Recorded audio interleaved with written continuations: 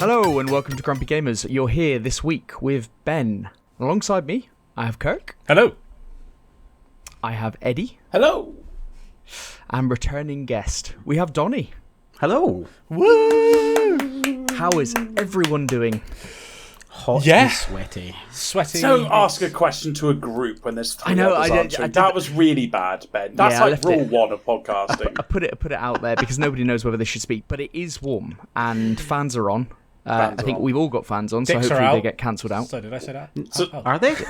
Dicks out, fans on. Family podcast. Get out. Well, Eddie's dad does listen to it, so it is a family podcast. Yeah, well, I suppose, yeah, if you want to go down that route. But yeah, it's pretty warm, isn't it, fellas? Yeah, Christ. It's the windows are open, fans are on, so background noise aplenty. But those trains are going to be prominent this week, aren't they? Oh yeah. I have two windows. Open because I need it. Yes. Otherwise, I'm going to be sweating all over my computer, and that's not a sight anyone needs. So far today, I have an image of Kirk with his cock out, and now him sweating all over the place. And I'm thinking about you, buddy.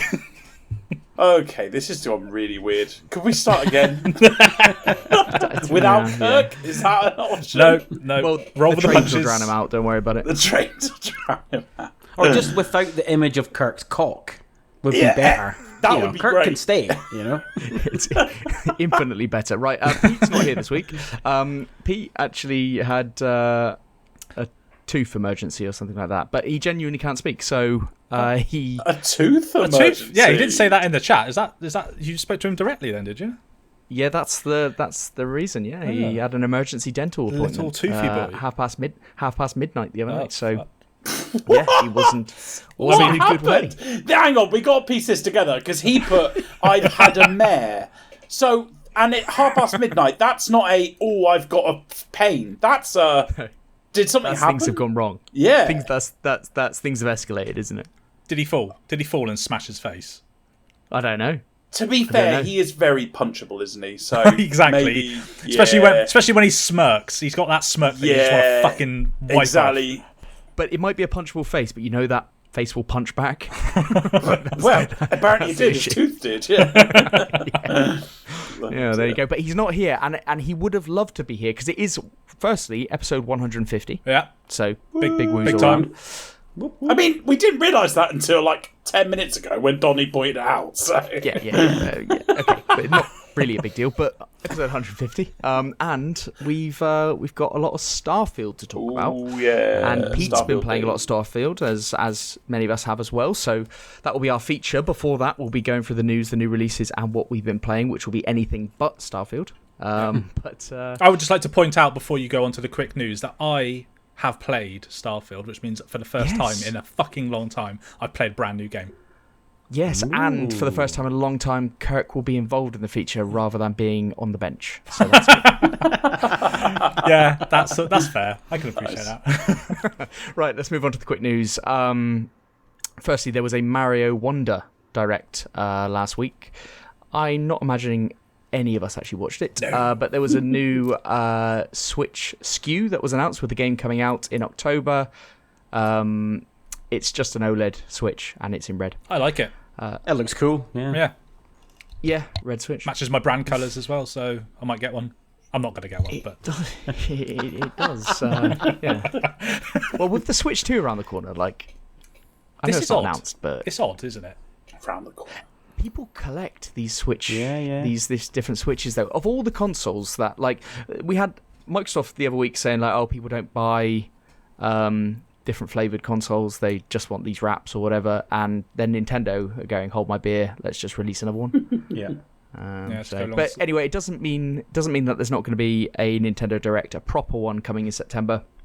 There is like previous form for a game direct moving into a normal direct. So we'll see what Nintendo have coming up, I'm sure, because at the moment it doesn't look like there's an awful lot after Detective Pikachu 2. So we will see. Next one, FromSoft are saying if you're playing Armored Core 6 on PC, that you should end the game before putting your PC to sleep. They said that can cause issues, but they're looking into it. Oh dear. As Bloody opposed hell. to what?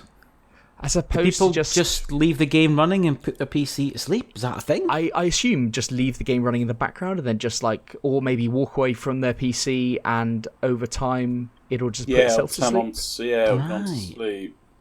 To be fair, I do that. I like if I go and have dinner, I normally just leave my computer and then I come back and it's on sleep. So Yeah. Suppose. Yeah. Okay. Yeah. Fair enough. Fair enough. it saves but it that's saves me the a advice. minute 30 loading up a game again. So obviously I'm all into it. And time is precious. I am. Yeah. And when you say a minute 30, it might actually be 15, 20 seconds. So Yeah. Probably that. yeah, never mind. Next one for Pete, you're not here. But Crusader Kings 3 has now sold over 3 million copies. It's on Game Pass. That's amazing. And I it's never Game would have Pass expected day that. one, wasn't it? Actually. Yes, Yeah. correct. That's incredible, isn't it? 3 million copies of that game. It must I know it's a all good game. be Steam, I'm guessing. Must Yeah. be. Yeah. Really It good is a game, though. huge computer, like PC gamer game, though, right? Yes. Yeah. I played it on Game Pass. I really enjoyed it. But I mean, I got my fill from like 10 hours or whatever. But it's very much a PC game. It's the sort of games I used to play when I was younger. You see, so Yeah, they are Yeah. rookie numbers. Pete's got what, 800 hours or something in that game. wow, Like just Wow, it's fucking insane. absolutely, yeah. I never love that liked game. it, and I'm a you not? hardcore PC gamer. Yeah. It's never got complicated, into it. man. It is hard. Yeah. Yeah, I went through all the Okay. tutorials and all that, and that took me like 4 hours. But yeah, just never got into it. Yeah, it's I difficult. tried, but I really don't like starting new games. Starting new games is the worst. You know, like when new mechanics are introduced and tutorials and all that. Some people love all that. Like, oh, it's exciting. I'm just like, please get it to the stage that this is second nature. And when I was doing that tutorial, I was like, this is going to be like 10 hours before it's second nature. Yeah. Oh no, I 10 played hours till I 16 know hours. what's going on. 16 I played. All right, that's not bad. Rookie numbers. Rookie numbers, but yeah, Rookie not bad for normal games, right? Yeah. That's 32 times more than Kirk's played Dead Space. Yeah, there you go. That's not true because I've completed it. The remake. The Yeah. remake. That'd do. They're both shit. Yeah, okay. Didn't need that input. Didn't need That's that. Didn't need it. He just knew it'd piss us off, so I said it. Very punchable face. Right, Starfield. The early access came out last Friday, and it peaked at 234,000 players on Steam and over 500,000 watching on Twitch on Friday. And that was only going to grow into the weekend. I think it did grow slightly. That's an excellent start Yeah. for That's the huge. game. Like, That's it's really, really big. So that is also good. PlayStation Portal. That's the new handheld that we've talked about a few times. It will be released on the 15th of November in Europe and the US. You can pre-order now on PlayStation's website. Details on other regions, I think that's like Canada and places like that as well. That's to follow. But I'm going to pre-order, I think. Ooh. Oh. Along with Think I'm the gonna- £200 headphones that you need as well, yeah? No, I'm just going to Don't go wired need. because Don't need. yeah, I use Just wired a headphones for. compliment. I use wired headphones. That's what I do. Yeah, just plug in your own headphones. Yeah. I will Yeah, get we'll just see. not. I'm not a month before Christmas when I'm not going to be away from work as much because that's when I'm going to use mine when I'm away from work a lot. So I'm not going to get it at launch. I'll wait until after Christmas is out the way before. And isn't it weird that the feature that you will want to use it for is the one they're just literally not advertising? Yes. Yeah. The one when I use it most. Yeah, when I'm living in hotels and stuff at work. Yeah. Also, Yeah, am I that's crazy. just quickly? Am I right in thinking as well because your PS5 needs to be on, doesn't it? Just leave it on rest mode. Correct. Oh, it could be on rest mode. Okay. Yes, I yeah, thought yeah, if you're out at like a hotel or something, pop it on, and then it just turns on at home. And Yeah, like Kirk, it Well, has yeah, the it ability does. to turn your PS5 on. That's it does, what it's so doing. It does turn it on. Okay, so Yeah, basically yes. the missus can see when you're playing the PS5 then. Oh. Yes. Or just turn it off. Shit, yeah. Yes, but this is the other thing that they might have to change a game for you. You have to make sure that you've got the right game in the system, unless you're playing digital. That's hard. That's hard. Yeah. So there you go. Don't piss her off. Sea of Stars sold 100,000 copies in one day, despite being on PS Plus and Game Pass. So presumably a lot of those sales are going to be on Switch and Steam. Yes. But that's also very good. That game has got incredible ratings. I saw Punk's review on Pure Day Gaming, yep. Pure Day Gaming. He loved it, didn't he? Loved it, yeah. It's a Donny and Punk type of game, though. To be fair, so I'm looking forward I was thinking it might be your type of game. getting a chance to play it. I might try and slot it in my Christmas games, maybe just before Baldur's Gate or something. I'm trying to plan what I'm doing at Christmas now, and I might try and squeeze it in then, because I need to get round to it pronto. It's going to be tough, but that looks like a game that needs to be played. I also think that it could sneak into the top 6 in the Game of the Year. Mm-hmm. So, and if it does, then it's one that we're going to need to try out. But it is on Game Pass and it's on PS Plus, so it's readily available for people to try. It's just you've got to find the time. It's not even about cost; it's just about time.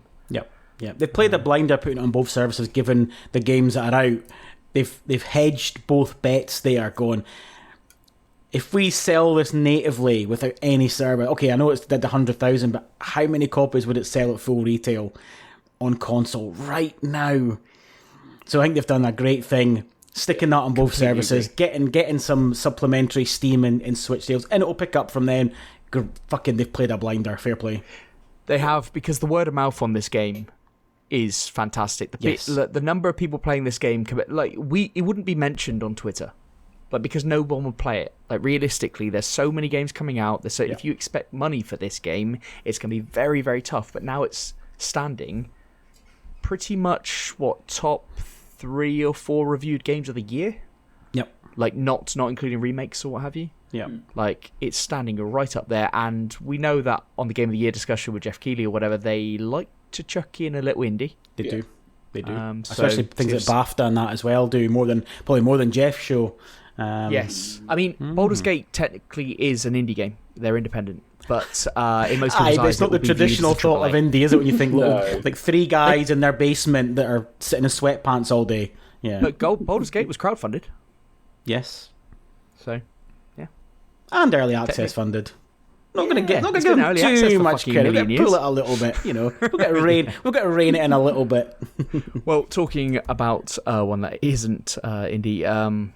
What is it? They are independent. Cyberpunk. That's a really poor one. That was a forced segue that wasn't even a fucking segue, man. Just really tried to hammer that one in. Was bad. Yeah, you did. But Cyberpunk, it's only getting one expansion.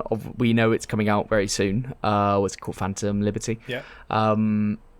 That's supposedly due to a technical decision. So Cyberpunk's currently on the Red engine, and they want to move fully to Unreal Engine 5. I think Witcher 4 is going to be on Unreal Engine 5, which is going to be a real fucking test for that engine, because that engine is not doing well. I was just a way to say. Yep. That is not doing well, and then put an open world game in that. Ooh, boy, that doesn't bode well. But they want to move away, supposedly. So they're saying, "Oh, right, well, we just wanted one expansion." I call absolute bollocks on that. Cyberpunk, if it had come out how it should have, then I think they'd be all in on this. Yeah. But do you think they wasted so much time and resources? Yeah. Speculation at the end of the day, isn't it? But do you think they're going to move away from Cyberpunk and not do anything? Do another game or anything, or do you reckon this is a franchise they're going to focus on like they said they were? I think it depends how well this expansion does. See if this expansion does really well, it might force their hand. Like Final Fantasy 16, we're not doing DLCs. Oh, now we're doing 2 of them. All right, where did that come from? I mean, it's easy to say no, isn't it? Could be a rebuild in the future, because I do recall them saying that they wanted this to be on the level of The Witcher and like how they would keep supporting it, didn't they? So, yes. But maybe I look at it from a technical point of view, that maybe it is just a lot of shit that they have to deal with in the background that just isn't worth the time in focusing on the current engine.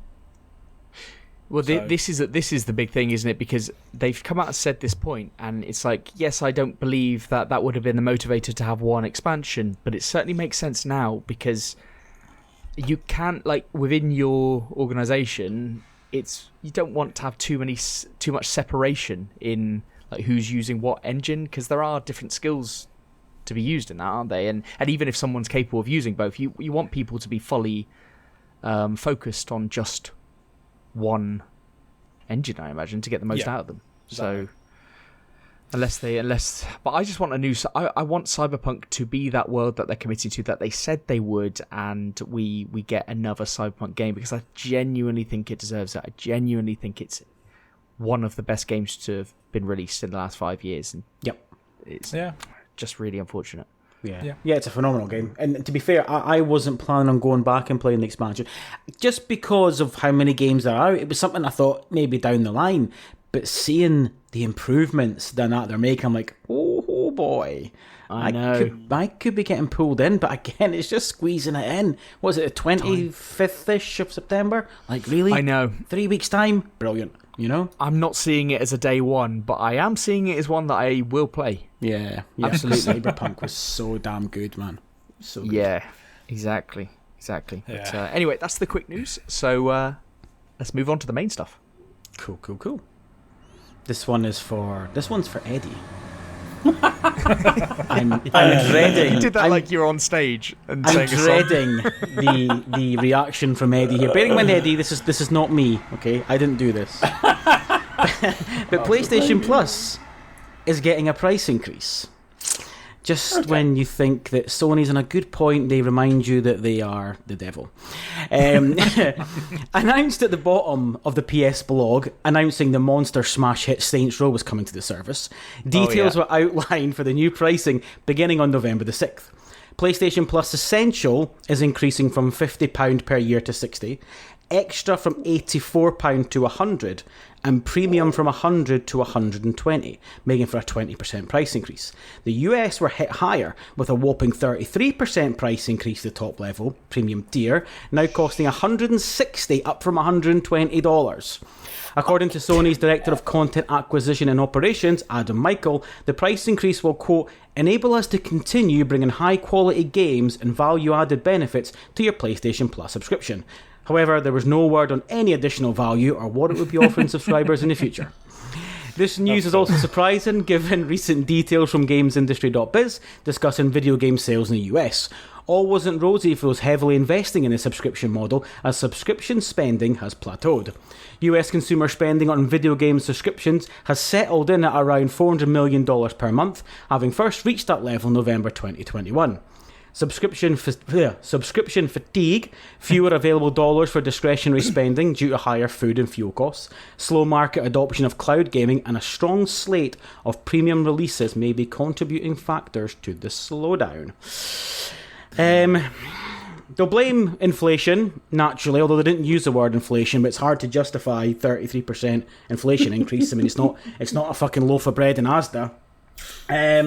This was, I think, rightly so, met with much derision. I didn't see many people defending this. I've tried to kind of be diplomatic and go, well, if you're paying monthly or you're paying quarterly, nothing's changed. And I think most people probably do pay monthly. It's people like me, Muggins here, who pay annually that are getting the price increase. But other than that, there's not really much positive to say about this. It's a big fucking increase. Yeah. And I'm kind of repeating old ground a little bit. But I feel as though we're getting to the point now where full price premium, and as well to throw Game Pass in the middle as well, are no longer worth it. If you're someone like myself, Ben, you, Kirk now with Starfield, and people who play day one games relatively, around day one within a sort of a short time frame, if you keep on top of games, there is very little benefit now. these subscription models, they benefit people who are new to the service, maybe new to gaming, maybe someone who was on Xbox and they bought a PS5 or vice versa, or maybe someone who's was a sort of younger and they've now got their first full console themselves and they've got this array of back catalogue games. Absolutely. Yeah. I mean, you've got hundreds of hours of content there for a low entry price. But for the sort of bulk of people here, the value's not there. These top tiers are no longer worth it at all. You know what really pissed me off? I got rid of PlayStation Plus ages ago. And I went to... I was going to go around my girlfriend's. I was going to take Armored Core with me so I could play it over on her PS5. And then I tried to make sure... Because unlike the Xbox, which just automatically has all your saves like to the cloud instantly and you never have to worry about anything, the PlayStation... You really have to ask the question about 5 times. Is my save in the cloud? Please, just making sure. Is my play? So you ask it the question. It says, "Oh no, you haven't got PlayStation Plus Essentials, so we don't give you cloud saves." Yes. Yeah. I'm sorry. What? So I had to sign up. So I've signed up this very month, and now, you hear the prices going up. For me, it's. We know that subscription services seem to have plateaued because everyone who's got an Xbox, if they're going to get Game Pass, they've got Game Pass. Everyone who's got a PlayStation, if they're going to get PS Plus, they've probably got PS Plus. They know this and they go, right, okay, so now we put the price up because we would expect that fewer people they're going to be people that drop and vote with their wallet and all that. They don't care. That's built into the modelling, and they know they're going to make more money. It's just real cynical that this was always going to happen, regardless of price increases, like inflation and everything. This was always going to happen because this is just a way to just add millions onto the bottom line. Yep. So they really do money grab. Eddie, give us it. It's disgusting. What you said there, Ben, I think sums up every single PlayStation decision that has ever happened, and it's why it makes me sick that my next console's probably going to be a PlayStation. Every single decision that I seem to read with PlayStation seems to be their bottom line will be better, therefore they're making this decision. That's what upsets me. What upsets me about this news story is such a big increase. Yeah. Like, I don't know, just split it twice over the year, half it each time. I don't know, but that's such a big whack. And I would love it if people just went, nah. Just like everyone went, nah, I'm all right. But you have to be everyone because otherwise you're the person that votes for your wallet and you just don't have the thing anymore. Yeah. Exactly. Because nothing's going to change. Yeah. Be interesting to know how many people do pay annually, because like I said, it's only the annual. If you do run it monthly or quarterly, there's no change there. You get fucked regardless. Yeah. So you're already paying ridiculous prices. You're already paying more, yes, yeah. Because they've tried to justify it, because they were like, even with the annual increase, you're still paying less than the peasants who pay monthly. It was like, all right, nice. It's the fact that. I made the little tongue-in-cheek joke. They dropped this with the classic Saints Row. They didn't even drop it with a big month, and that's the thing that makes you laugh. But I kind of thought to myself, they've announced this for November. Now, I do wonder behind the scenes if maybe something big is going to happen towards the end of the year. Obviously, we believe that the new singular SKU is going to be dropping for the end of the year. There's rumours of a showcase. Obviously, there's then going to be the post-PlayStation love from Spider-Man 2 being out. There's the rumours of the new cloud streaming for premium.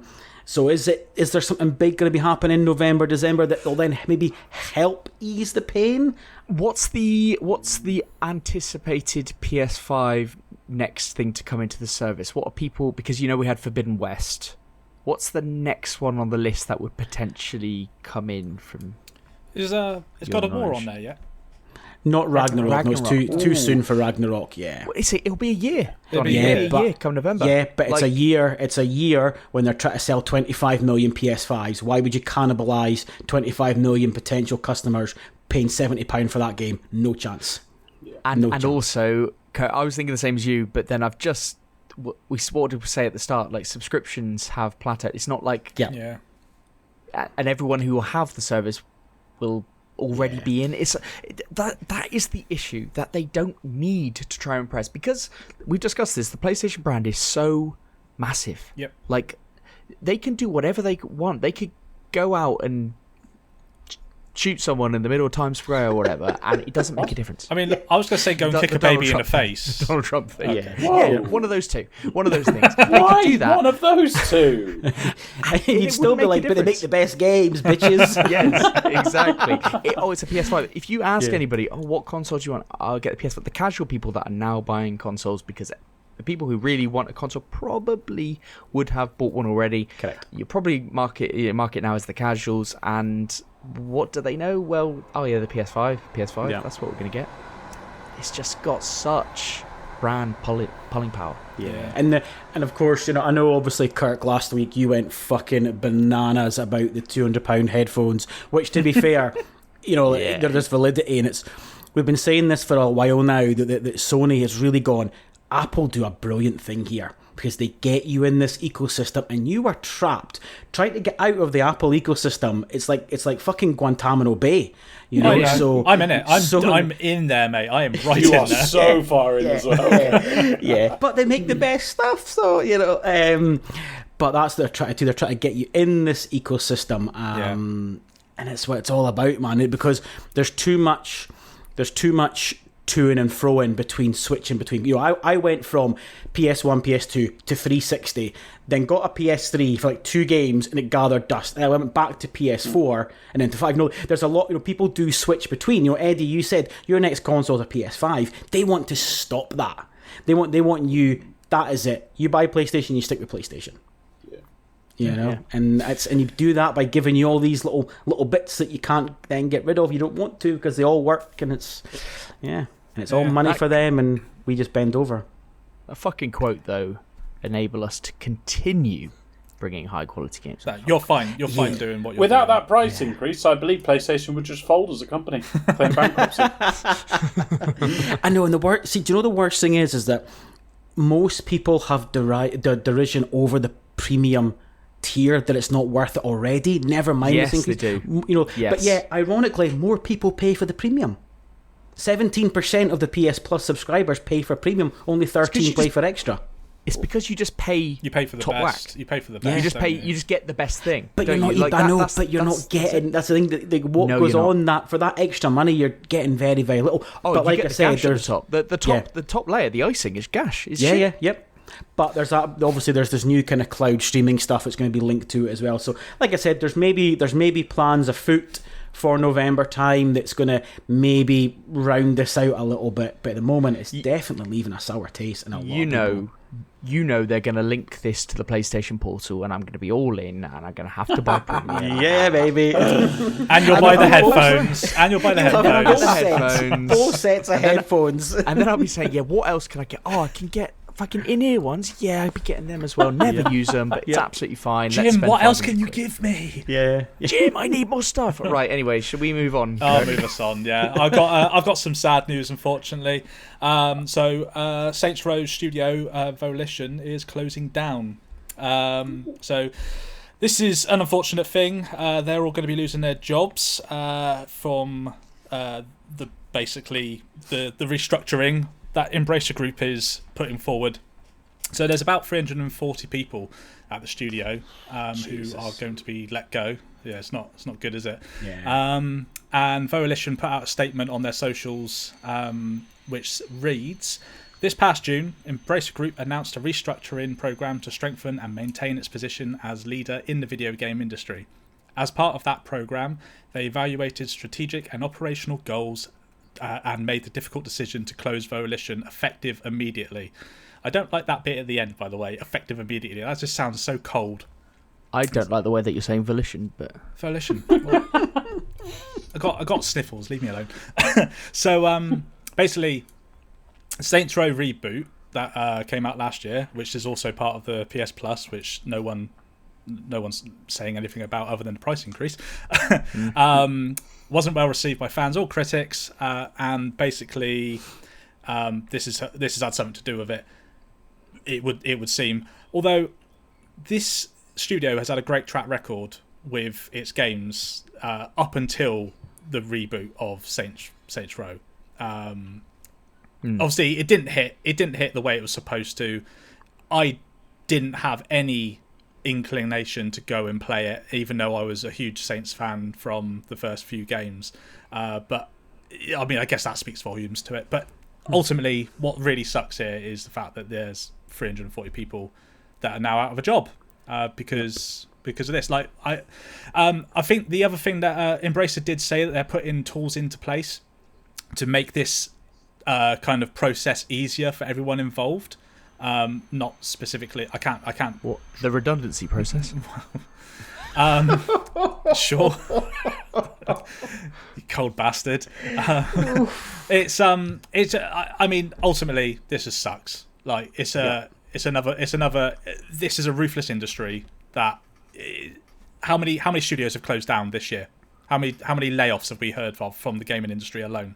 Like, I'm surprised that Embracer, because Embracer's whole thing is to create a critical mass of studios and all that kind of stuff, isn't it? Like, they own so much. I'm surprised that this doesn't happen more often. I know this is. There's a lot of talk about Embracer and how their deal fell through, which would have brought a lot of income in and things like that. And who knows what's going on behind the scenes? It doesn't sound particularly promising, and they may have gone beyond the critical mass that they can actually effectively handle.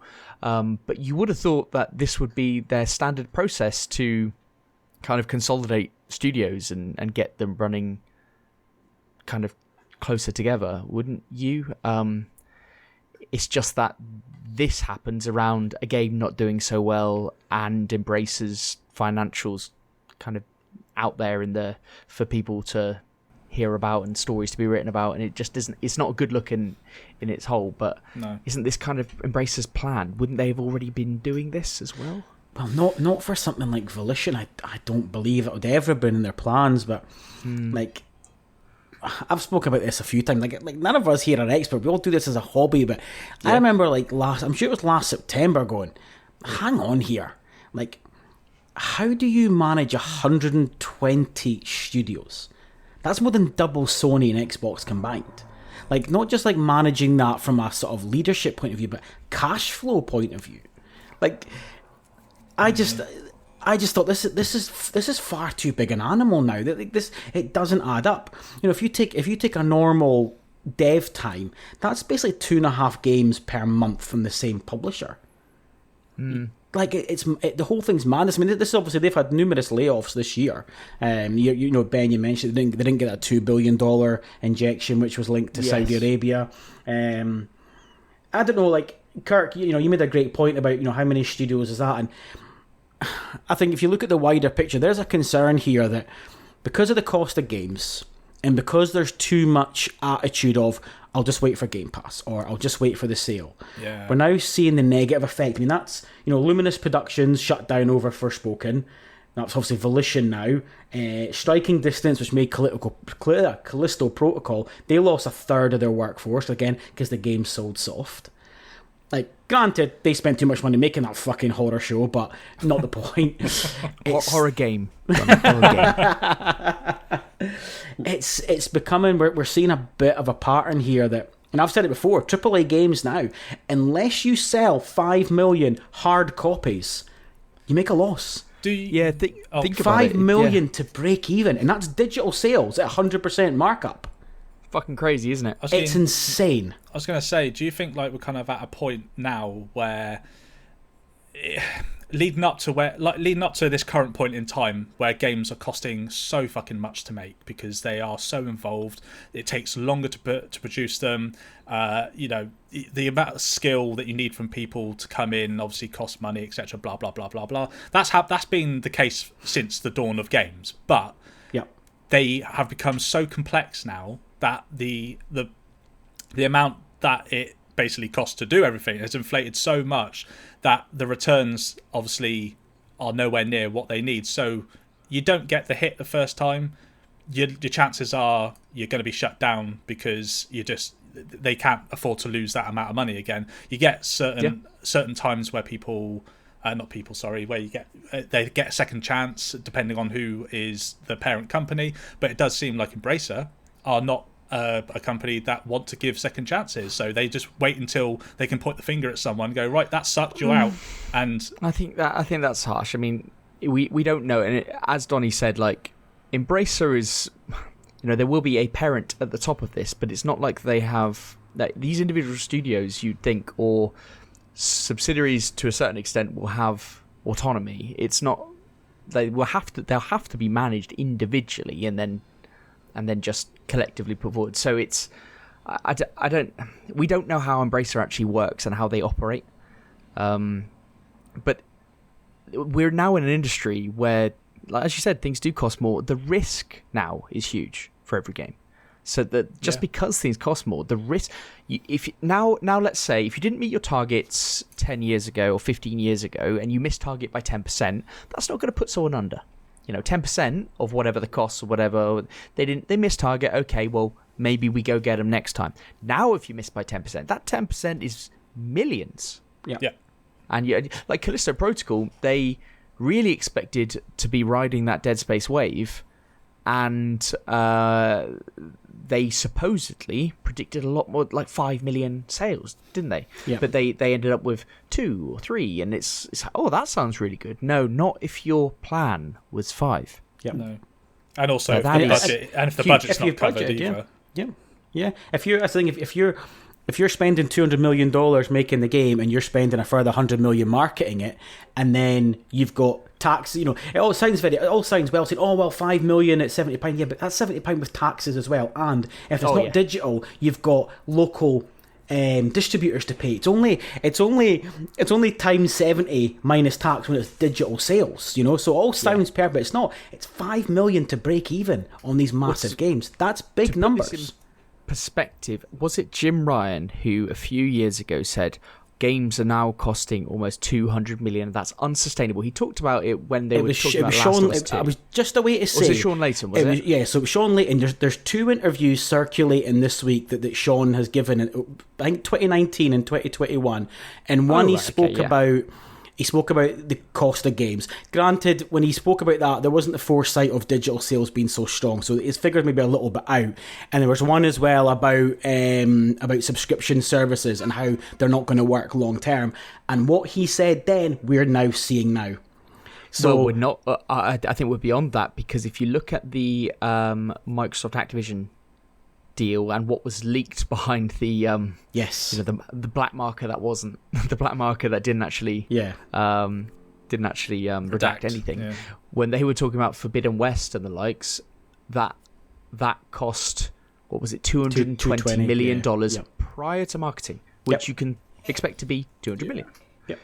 We're talking nearly $500 million to make these huge games. Now obviously Saints Row wouldn't have been the same, but no. Some of that, I mean, this is crazy money. But there's big returns as well. That's the thing. It's huge returns. It's scary. And you mentioned that. Obviously, Eddie. You're having your laughs about the PlayStation Plus increase. Wait till you see that Game Pass increase between now and 2025 when that shit hits Game Pass. I dread to think what that'll cost you in 3 years' time. I got the email last month of your next payment is going to be. Is it £3 more or something? And I was on the edge, but then I was like, Starfield. That's why they did it now. That's why they did it. So clever. Yeah. Never going to cancel it before Starfield. I got new internet last year, and I got BT. I got a good deal on BT, and part of that was 6 months Game Pass. And though my Game Pass was running out in February, I hoarded that. And I ignited that last week, baby. Thank you very much. Lovely. But it will go up in price, obviously. And you just, to justify that, they have to be releasing their quarterly first party releases, don't they? Yeah. But yep. There we go. Right, but Eddie, do you want to take us home with a fluffer? What? Why a fluffer? You haven't done a fluffer for a while, and this is genuinely a fluffer. That's not nice. Also, why don't you have a news story? How have you got away with this? Because Pete was supposed to be here, and I didn't want to just like orchestrate ones to be one we talk about. So Fuck. And then he wasn't here, and I just took his story and put it in the quick news.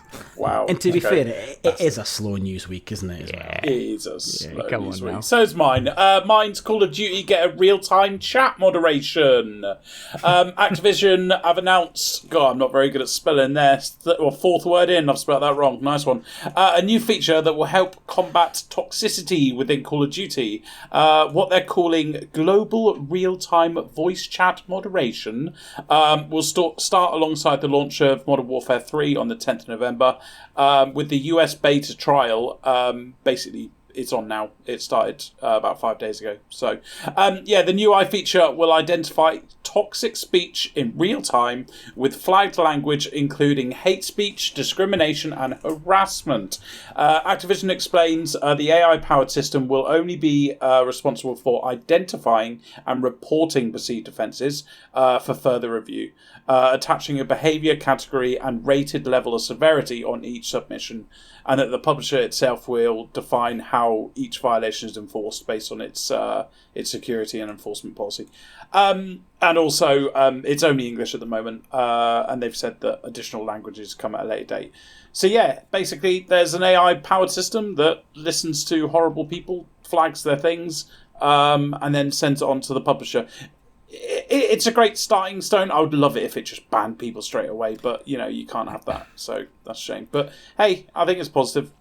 I mean, it is definitely positive, and there's this is the kind of thing that we could have done with about 10, 15 years ago. To be honest, there'd be a lot less toxicity in online gaming if that was the case. My only thing with this is, how does the AI know if you are talking to your teammates or your friends and you're bantering with them versus your enemies? Because there's plenty of times that we're in game and we're effing and blinding to one another, being absolute arseholes. I know we do it in our own private Discord and stuff, but if we were to be a team going in on the game where we can hear everybody else as well, how does it differentiate? Do you know what I mean? I assume they'll start with lobbies, Kirk. I assume they'll start with lobbies, right? Because they are the most toxic places on Earth. Oh, yeah. Yeah, that start lobby, yeah. You can't hear yourself think other than That's great. bad stuff. So they must start there. But I'm with you. How do they... Yeah. Ben, you're But a fucking maybe prick. Oh, swearing. shit, I'm banned. Yeah, no, that's probably not bad enough to get picked up, though. It's probably as they said, hate speech, discrimination, harassment thing. Well, that would be harassment. Call me that. Well, yeah, exactly. And if you Or banter, you say what is it? anything remotely what would not be considered politically correct in any slight form, you understand what I'm saying, right? I want to know. I want to know exactly how they're gonna weed out the arseholes from your mates, which I guess is a bit of a Oxymoron. Yeah. And I don't think it will come to this, but there is the slippery slope argument as well.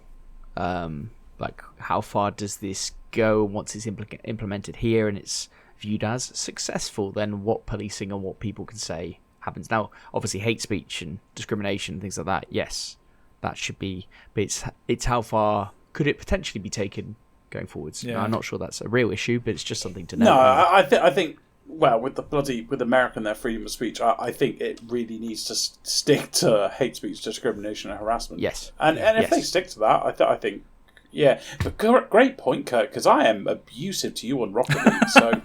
So wow, if I get banned from Rocket League just for quite rightly criticising you, I'd be very upset. Oh, quite rightly. Okay, right. Yes. And the problem as well is that it does say obviously it'll start off with English, so obviously as Scottish we're fine because I can call you like when I call you a cunt, it's also a term of endearment. Do you know what I mean? So so we've got to draw the line somewhere. But I think we'll be fine up here. Seeing how Alexa struggles with us, so we'll be all right. Yes. What the fuck did he say? No idea. Let him off. I mean, I'm struggling right now, Donnie. To be honest, what did you just say? Oh, good. Yeah. Well, there we go. Nice fluff already, that one. Do you want to take us on to the new releases then? I will. New releases. Not a bad week. Let's start with two obvious ones. Baldur's Gate 3 is PlayStation release, September 6th. Big time. Never heard of it. Time. Oh, okay. Never heard of it. Let's talk about another game you've never heard of. Starfield, coming out on PC, Xboxes, September 6th, for the people who aren't crazy and spend money to get it 5 days early. You mean the people who were punished for not spending money on the real release date? Yeah. Yeah. That's the ones. Good. Yeah, those scum. We'll talk about that later, so I'm not going to say much about that. Fair enough. Next one, the Dragoness Command of the Flame, coming out on Switch September 7th. Well, it's a Switch release because it came out on PC in September 2022. For those of you who don't know, it's a Heroes of Might and Magic game. It even says Heroes of Might and Magic like, which I think's, a bit ridiculous, but hey. Not saying that's a bad thing, because I think Heroes of Might and Magic is a world-beating game. Mixed reviews on Steam, though. People are saying it's not good, which is amazing, because it's got a Switch release. Doesn't Eddie, you'll know, but just by the look of it, how does it compare to, like, the actual real game? Because this doesn't look good. It looks better graphically. You know what's funny, right? So it looks better graphically, but yeah, than Heroes of Might and Magic. They were old, weren't they? They were old. Yeah, fuck me, they're old. Yeah, like probably came out in I don't know. I'm not even going to guess that. But ironically, the world map looks terrible. Like running around the world map, it does not look good. It looks small and confined, and in the nicest possible way, like people who play Heroes of Might and Magic, like myself, like Pete. We love Heroes of Might and Magic, and it's also a cult game for us. So I don't know who this is appealing to, because I think even Heroes of Might and Magic people will go, no, not for me. But, it's a Switch game now, so... There you go. Could take it on the go. Could play it on Switch. There you go. Yeah. Anyone else excited for this? Absolutely not. Okay, it's going well. Not for me. Not for me. Here we go. Okay. Here we go. To be fair, we could say Starfield was for you, Kirk. So I'm gonna allow that this week. All right. Yeah. Okay. Oh, fuck you, Kirk. Just take it. Take the win. Let's move on to Melvor Idol, Atlas of Discovery expansion, coming out on PC September 7th. Atlas of Discovery, the second expansion for Melvor Idol, is all about exploration. For the first time, you'll be able to explore the enormous world of Melvor. What kind of powerful artifacts are lurking just below the surface? If you don't remember, this game is like an idle, like true RPG, like Dungeons and Dragons tabletop level. I absolutely fucking love the look of this, and it's very positive on Steam. But there's loads. This expansion is huge as well. I'm not even going to list the amount of things. Go look online, because the list is too long to. We're already an hour deep on this podcast alone, so I don't have time. Yeah. This is. You have to go in deep just to understand what this game is. Yeah. It's I think it's a brilliant game for those hardcore people. So. Yeah, I'm all about an idle game though. I like the sound of idle games. What? Because you don't do much. Yeah, it's just dopamine hits without even participating. Wow, I think that says a lot about you, doesn't it? Really? Let's move on to TOS, coming out on PC VR, Quest, PSVR 2, September 7th. It's time to go bananas. God, I hate it when they make me shout. Like, I don't mind taking the piss out of them when they, when it's all capitals, but for fuck's sake. You love it. I don't love it. I like taking the piss out of them because they've written in all capitals. I also love it when you do it, Kurt, because you go all Japanesey for some reason. Yeah, he does go Japanese. Yeah. I don't think you're supposed to say Japanesey, but okay. Oh, shit. Is that a slur? I don't think it's a slur. I just don't think it's correct in the slightest. I don't think it's a slur. I think Kirk doing Japanese impressions is worse. I didn't mean to do it. It was a mistake. Yeah, that was it JRPG? JRPG, yeah. Yeah. Let's stay away from that one.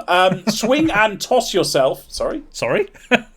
Swing and I'm not misreading that. Swing and toss yourself freely across spacey jungle gym playgrounds as an acrobatic monkey in this bananas VR platformer.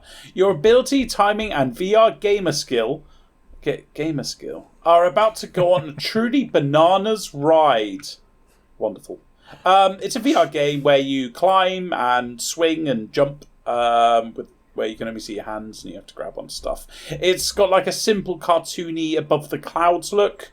I'll be honest, it looks like a lot of fun. I would love to play this. I'm sorry, guys. I'm going to be positive this week. I think if you've got kids, you might glance over and say, "Oh, there's that thing over there that's gathering a lot of dust. Ah, yeah, that PSVR 2. I'm going to get that out, and I might buy this for my kids." Okay. That is you're not wrong. You've shat on that a lot, Ben, by trying to make it sound good. Good job. Yeah. Okay. Donnie, anything? No, I'm waiting for the next one because you know how you said there, I would actually like to play this. The next one's mine. Oh. I love a farm sim, not gonna lie. Let's move on to that one then. All right. I love a farm sim. Let's move on to Fae Farm, coming out on PC and Switch September 8th. Escape to the magical life of your dreams in Fae Farm, a farm sim RPG for 1 to 4 players. Craft, cultivate, and decorate to grow your homestead, and use spells to explore the enchanted island of Azoria. It's advertised as a cozy farming sim. There's also exploration to get like magical stuff, like spells, and there's like dungeons and shit. It's going for like a cartoony kids vibe. It could be fun for some people. The reason why, because how many people love your farm? I'm one of you, Donnie. I'm afraid to say. But go on, tell me why you think you're. Well, no, just like over like the I don't know. But when did Farmville come out on Facebook? Remember that? Oh yeah, Farmville. So see between Farmville and then the next big one was Heyday. See between those two games. I've still got Heyday on my phone, Donnie. So have I, mate. I reckon I've probably got about at least 2,000 hours in farm sim games over my life. Yeah, honestly, I just love a farm sim. The problem is like the Heyday, they become so big that you need to start ploughing the money in, really, and then they become overcomplicated. I remember the last time I had a fucking port and I was shipping everything. I was shipping fucking bananas to places. It's like the fucking Congo out there or something. So they become outrageously big, but I always enjoyed them. It's just I'm not going to buy Fae Farm. Okay, I'm not pretending that I am, but it's actually my type of game. Yeah, I was so impressed with this game that I went and showed my girlfriend the trailer. Well, I said, it does look this great. looks really, really good. It does, yeah. She just said, "Oh, it's like Animal Crossing," and I was like, "No, it's not. It's so much more." And then I was trying to defend this game. Yeah, and I think it looks fucking brilliant. Mm-hmm. I think it looks brilliant. Yeah, really, really good. Yeah, and it's a perfect Switch game. Oh yeah, sit back on Definitely. the sofa. Yeah, relax. You'd never play this on console. You wouldn't even entertain it on console. No. It's a perfect Switch game. I mean the Switch is a console, but don't worry about it. On your home setup. On your home setup. On your little Game Boy Switch. It's not a console according to Microsoft and Sony and everyone else, is it? Yeah, and they always speak the truth. Kirk, what do you think about this one? I don't like these kind of things. I don't know why you're even coming to me. You know what my answer's going to be. All right? It's no You Dead don't like Space remake, anything. is it, Kirk? No. I mean, I don't fucking like that either. Oculus. I don't even like games. I don't even know why I'm here. What was the last game you liked? I don't know either, mate. What was the last? The what's the last game Ocarina you of liked? Time. No, he won't like that. last proper game I liked was Last of Us Part 2. My man. But that's only because I gone played it at back. the beginning of this year, not back in 2020. So, but yeah, that was the last game. Yeah. Yeah, sorry. I'm sorry. Okay, I have a select taste in games, and Very select. very select. Yeah, At least you apologised for it. Yeah. wish I hadn't. Is it enough though? I don't think so. You're such a prick. Move us on. Let's move on to something you might like, Kirk. Homer, a detective noir story coming out on PC. Oh, you can't buy it. Right, skip that. Sorry, Kirk. Coming out on PC September 11th. September 11th. Oh, Jesus, that made me sad. Jesus. Homer is. Oh, yeah, wow. I know. Yeah, no. Do you know? I'll be honest. This is where my brain went. Why do you know September 11th? And then, obviously, I felt really sad. Yeah, sorry, guys. Holmer is a deduction visual novel set in Munich. Discover a conspiracy amongst the upper echelons of society alongside former detective Judith while visiting real locations in a comic-inspired look. Yeah, it's a very comic book-looking kind of game. If the comic book got poured red colours all over it, because it is very red and pink for some reason. It's fully voiced. It apparently has engaging investigation mechanics, including a variety of puzzles and challenging dialogue riddles. And the publisher is Assemble Entertainment, who did End Zone: A World Apart that I played this year. You liked that? I did, and you like Far Lone Sales, Ben. So I do like that, yeah. Yeah, they're not bad. It could be a really good streamer game as well. I'm not mad at it. Like the look of this. Yeah, I'm not going to buy it, but like the look of it. Oh. Okay. Would work on Switch, I think. Would work on Switch in future. Yeah. Okay. All right, cool. Anything from you, Donny? No, not liking it? Nah, not for me. I like the comic like layout of it. Just no. I like how Kirk tries to please the audience. Like, we've just had a go at him, and then he comes in with, I like the comic book. That's nice. Because he goes in his head like, maybe I don't like anything.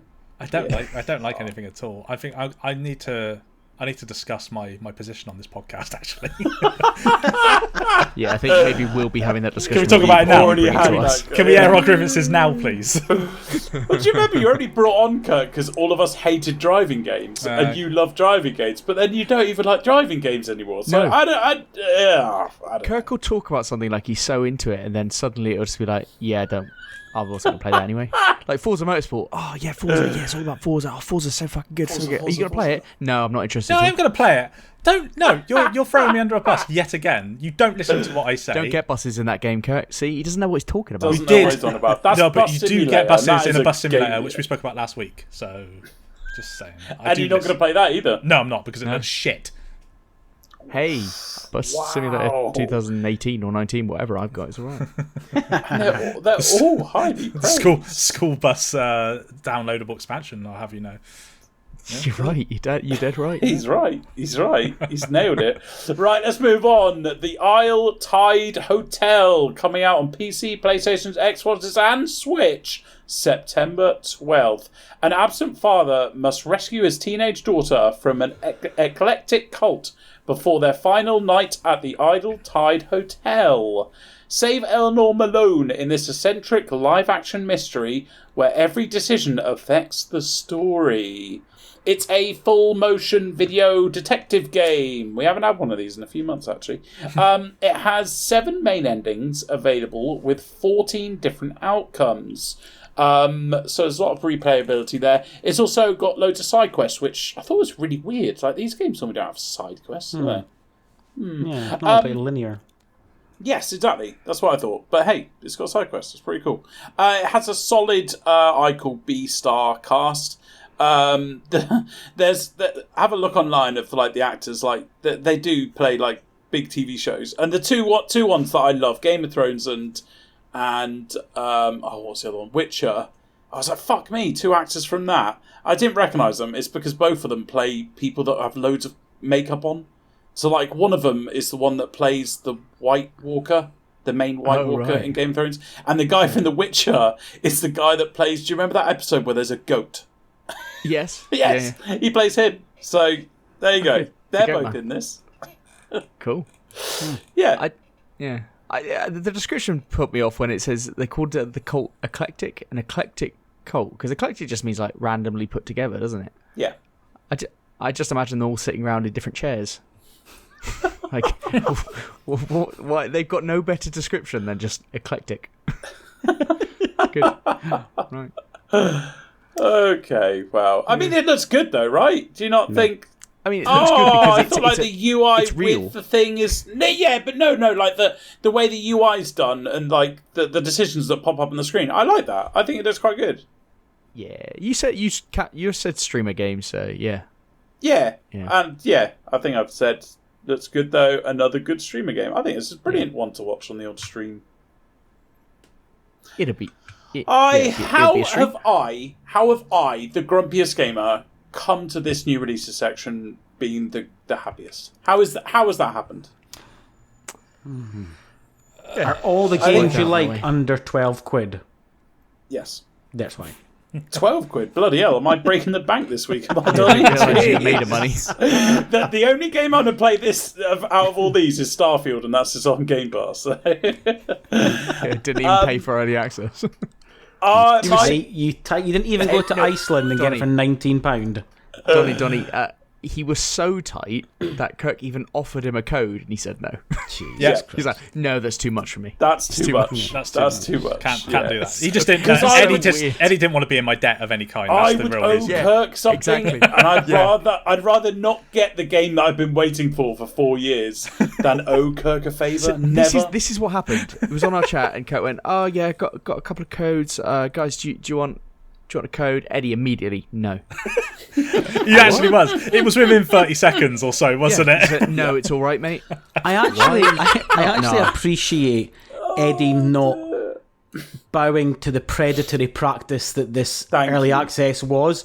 But like the dirty little slut that I am, I got it. So because my principles are there, but I ignore them all the time. Yeah, exactly. You recognise your I fucking hate Amazon. Subscribe every month. I see my principles over in the distance, and I wave Absolutely, man. Yeah. They get further and further away every week. Yeah, I'll never play 30 frames per second again. Love Starfield. It's Spoilers. What's your game of the week, Eddie? It's Starfield. Come on. Gotta be Starfield. Baldur's Gate, come on. Game of the year, come on. No, because I don't have a PlayStation, so no. Right, you can play it on Xbox before the end of the year. Don't worry, buddy. Oh, yeah, no. As Doddy was saying about all this time, I'm fucked, because I've got Starfield, I've got Baldur's Gate, I've got Jagged Alliance, I've got... what is it? There's 2 other games that come out this year that I need to play. I am fucking jam-packed between now and Christmas. Yeah, it's insane, man. It's insane. Yeah. But When are you Baldur's Gating, Donny? My plan is it's probably going to be my Christmas game. So somewhere in the middle of December is what I'm thinking. Yes. Okay. Because everything I've got planned out fits in with my schedule. Yes. It's all looking good. The plan is on. I've got a plan on a page. It's looking good because September was. I've booked out all of September. September was going to be Starfield. If it didn't click with me, it'd be Baldur's Gate 3, and then Christmas would work out later. So that was my plan. So yeah, I think a lot of us have lists of like what we're going to do. Yeah. The thing is, there's the games that are coming out. Mirage coming forward a week, that helps. That gives a bit of breathing space between Spider-Man. So yeah, it'll be fine. We'll work it all out. Yeah. Just off topic, Baldur's Gate 3. I just noticed I've got a little notification thing that it's currently sitting with a 96 on Metacritic tonight. That all the reviews went live today. So it's only 4 reviews, but it's as good on PS5 as it is on PC. So fair play to this juggernaut game, man. Yeah. I heard the only thing was some screen tearing in Act 3. It's the only Act 3 is a problem on PC as well, though, isn't it? It is, Someone said. Yeah. Yeah. So hopefully they'll patch that. Who cares? I know you care about all these little nitpick, Donny, but oh yes, no one gives a shit, do they? Oh yes. Right, okay, what we've been playing then. So we're going to do this, and then we're going to talk about Starfield in the feature, so going to rattle through the other stuff that we've been playing. Kirk, do you want to kick us off? Yeah, so I have been playing Starfield, but I needed a little bit of a break from it over the weekend, so I thought I was looking for... I wanted to play Sonic, the original Sonic games, and I do have them from the Xbox 360 arcade era, but they load as an emulated game, don't they? And on the 360 version, it was the 4:3 aspect ratio of the game, which is not really a problem, but nice big widescreen TV, want it to be widescreen. So I decided to drop £26 on Sonic Origins Plus digitally so that I could just play Sonic 1, 2 and 3 in widescreen. £26? As many pounds as that? Many pounds as that. It does also come with Sonic CD included on there as well. But I mean, it's Sonic. It's the original Sonic games, but they've added a bunch of extra stuff in, so you can play as different characters on all of the games, including Knuckles in Sonic 1 as well, which is different. It was just. I don't think this is going to be a really nerdy thing, but I don't think you can really appreciate how much it means just to be able to play the fucking game in native widescreen. Like, it's not stretched or anything. How many minutes have you played it, Kirk? I will have to check that for you. I would say I imagine that you don't really appreciate it either. I appreciate it enough. I mean, £26, buddy. But yeah, it was just a nice thing. But Sonic is one of those games that I do frequent, like when I just want to play something super super easy, like when I just want to switch off and I just want to. You know what I mean, right? Because I find Sonic rock hard. I find those old games fucking rock no, hard. solid, man, yeah. I fucking love them. Fucking easy, my ass. They are fucking rock. Oh, Eddie, you said you were going to buy it for your mum, and I was like, Jesus, that is hard. 74 minutes I've played it for, by the way. He's all giving her a live grenade. 74 minutes. So yeah, I played that, and I did. I fucking carried on a bit more with High on Life. That fucking 6-hour game, because it is a 6-hour game, and I've still not completed it. I don't know how many times I've gone back to it, and I still haven't done it. But as per usual, it's just great. It's just Rick and Morty in a game, so wonderful. Yeah. I mean, the main thing is where we'll discuss soon. Yes, yeah, main thing was Starfield. But Eddie, are you reconsidering buying Sonic for your? I think it is difficult, man. I mean, she managed it when we were younger, quite easily. Oh, did she? Yeah. So quite easily. I also wow. I also think awesome gamer. It might be you, Ben. Could be. I will say, hard too. I will say, my roommate actually watched me play a couple of levels last night because I wanted to. I just went. This is what I used to play when I was young, when I was a kid, because she's fascinated by it all. And she said there is so much fucking going on screen right now, like just fucking smashing through the level, really quickly, and just like killing enemies and stuff. It's just like I don't know where to look, and I don't know how you're doing what you're doing. And I'm like, well, Donnie, help me out. It's hard, right? It's tough. Yeah, those old games fucking hurt. They were awful. They were awful. If anyone completed Sonic when they were young without cheats, you're a liar. No 8-year-old kid completed Sonic. Oh, piss right off. No 8-year-old kid completed Sonic without a cheat code. Don't give me your shit, Kirk. You can fuck off, Donnie. I will come up there. And I will get you. I know where you live. You'll do nothing. You'll do nothing. I don't think you can complete Sonic 1. Are you taking it right? Shall I stream it? I'll stream it. On the Mega Drive controller. Do they have quality of life improvements on this? No, I'm not talking about proper how you would back in the day with the lives. Oh, of course there's quality of life, but you can also play hardcore mode, which is it's even harder than what it was originally. I believe. I'm just thinking, can you play the original amount of lives? I know the controllers will be better and stuff, but no, I want to see Kirk beat it on the Mega Drive version. On a Mega Drive. You'd never be able to do it. I mean, you could do it. I could get the Mega Drive Mini and plug it in, because it plugs into HDMI, doesn't it? Yeah, no, I'm not saying that you couldn't play the game. I'm saying you wouldn't be able to beat it. Okay. Do you know how hard those old games were, man? They were punishing. 5 lives, no cheat codes. Super Mario Brothers was a punishing game. The very first Super Mario Brothers. That game could suck a dick. But Sonic the Hedgehog was achievable. All pretty tough. Just saying. I'll stream it. Say it all you want. I'll stream it. You say a lot of stuff which isn't true. Calm down, Games Master. All right. Games Master. I've seen you play Call of Duty and I've seen you play Rocket League, and I believe you cannot complete Sonic. Oh, fuck off, Eddie. Good. Right. That's such a dick. I love it. Eddie's just sitting there quiet, waiting to drop that one. Yeah, ain't no fucking chance you're beating that big boy. I've seen you play Call of Duty. He'll be working for the next year to just get that one. Did you know what? Yeah, I've got to go fucking hard now with the game, with the business. Starfield's getting fucking dropped hard for Sonic. Kids don't realise how hard games are. We didn't have an infinite fucking lives like you do now. And checkpoint. What's a checkpoint? You didn't get fucking checkpoints in our day.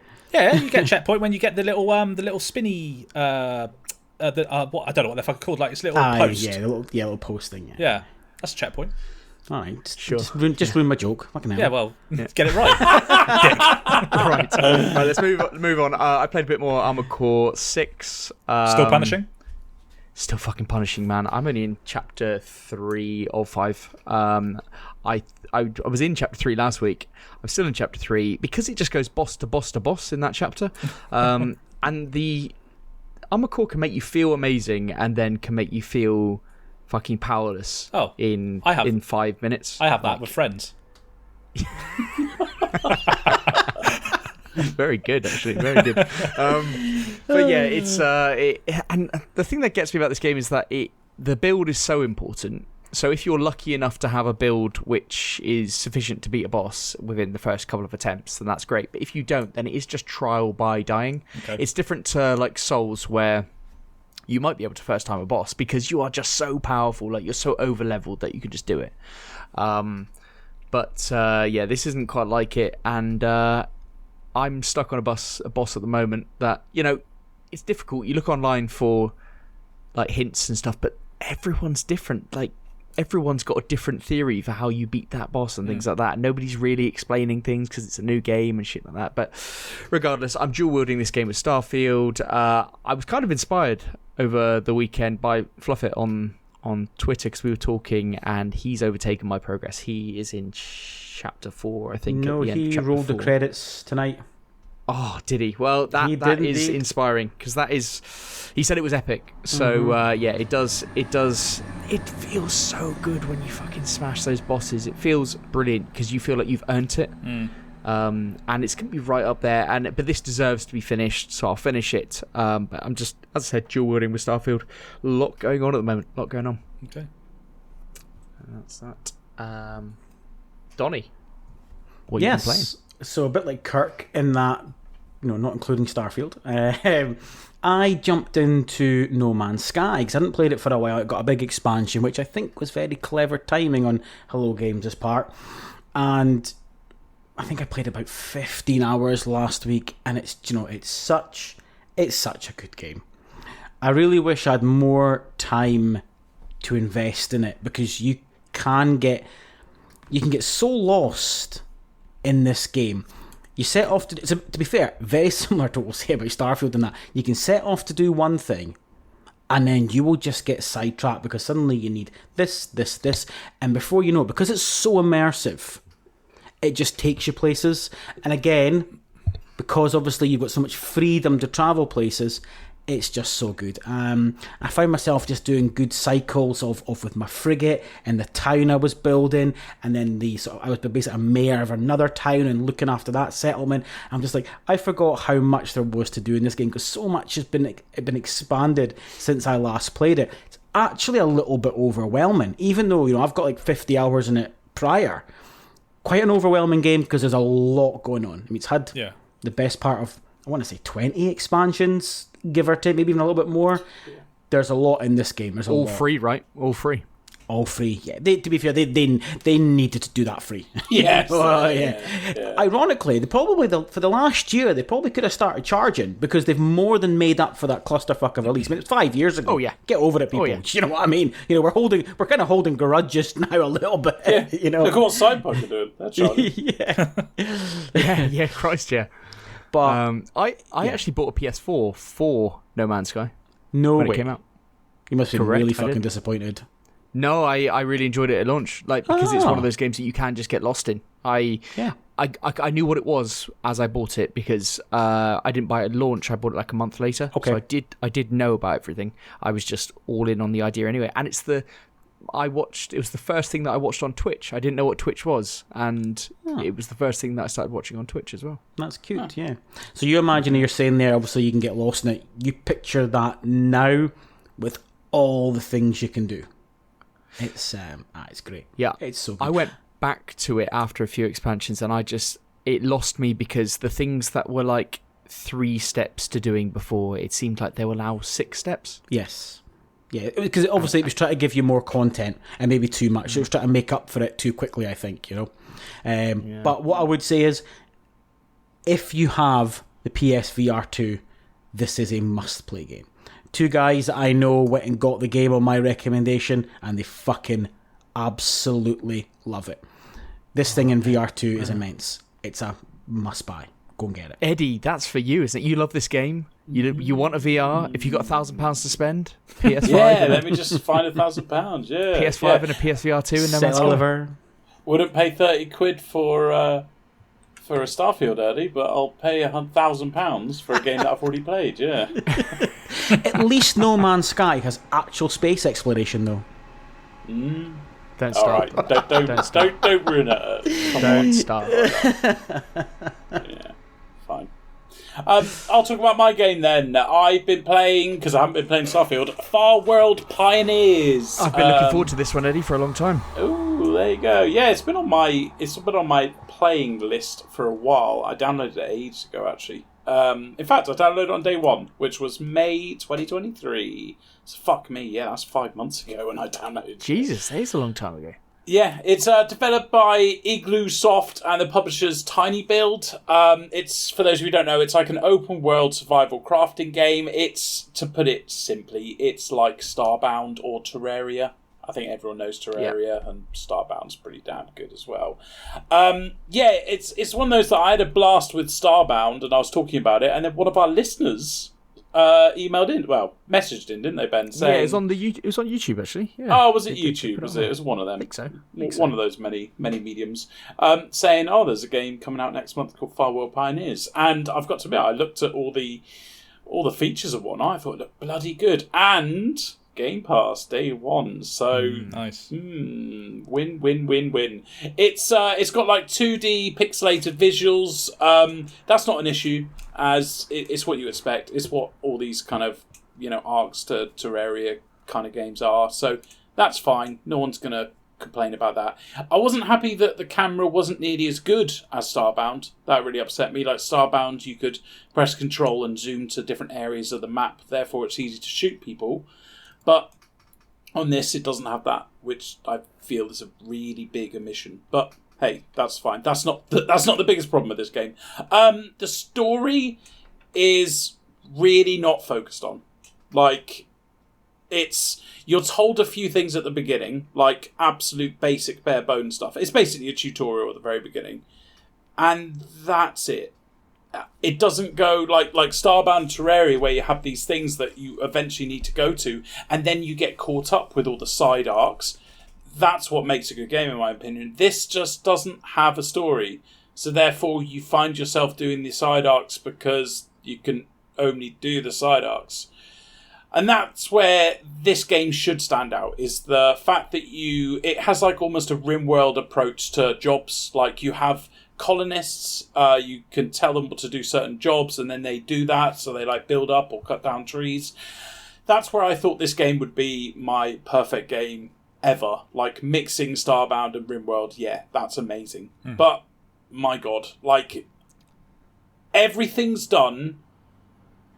Well, it's not done quick. It's done the pace of which your character do something, which I know sounds like a weird complaint, but like, if I go tell someone to cut down trees, they'll go down and cut down the trees, and they'll go, right, what next?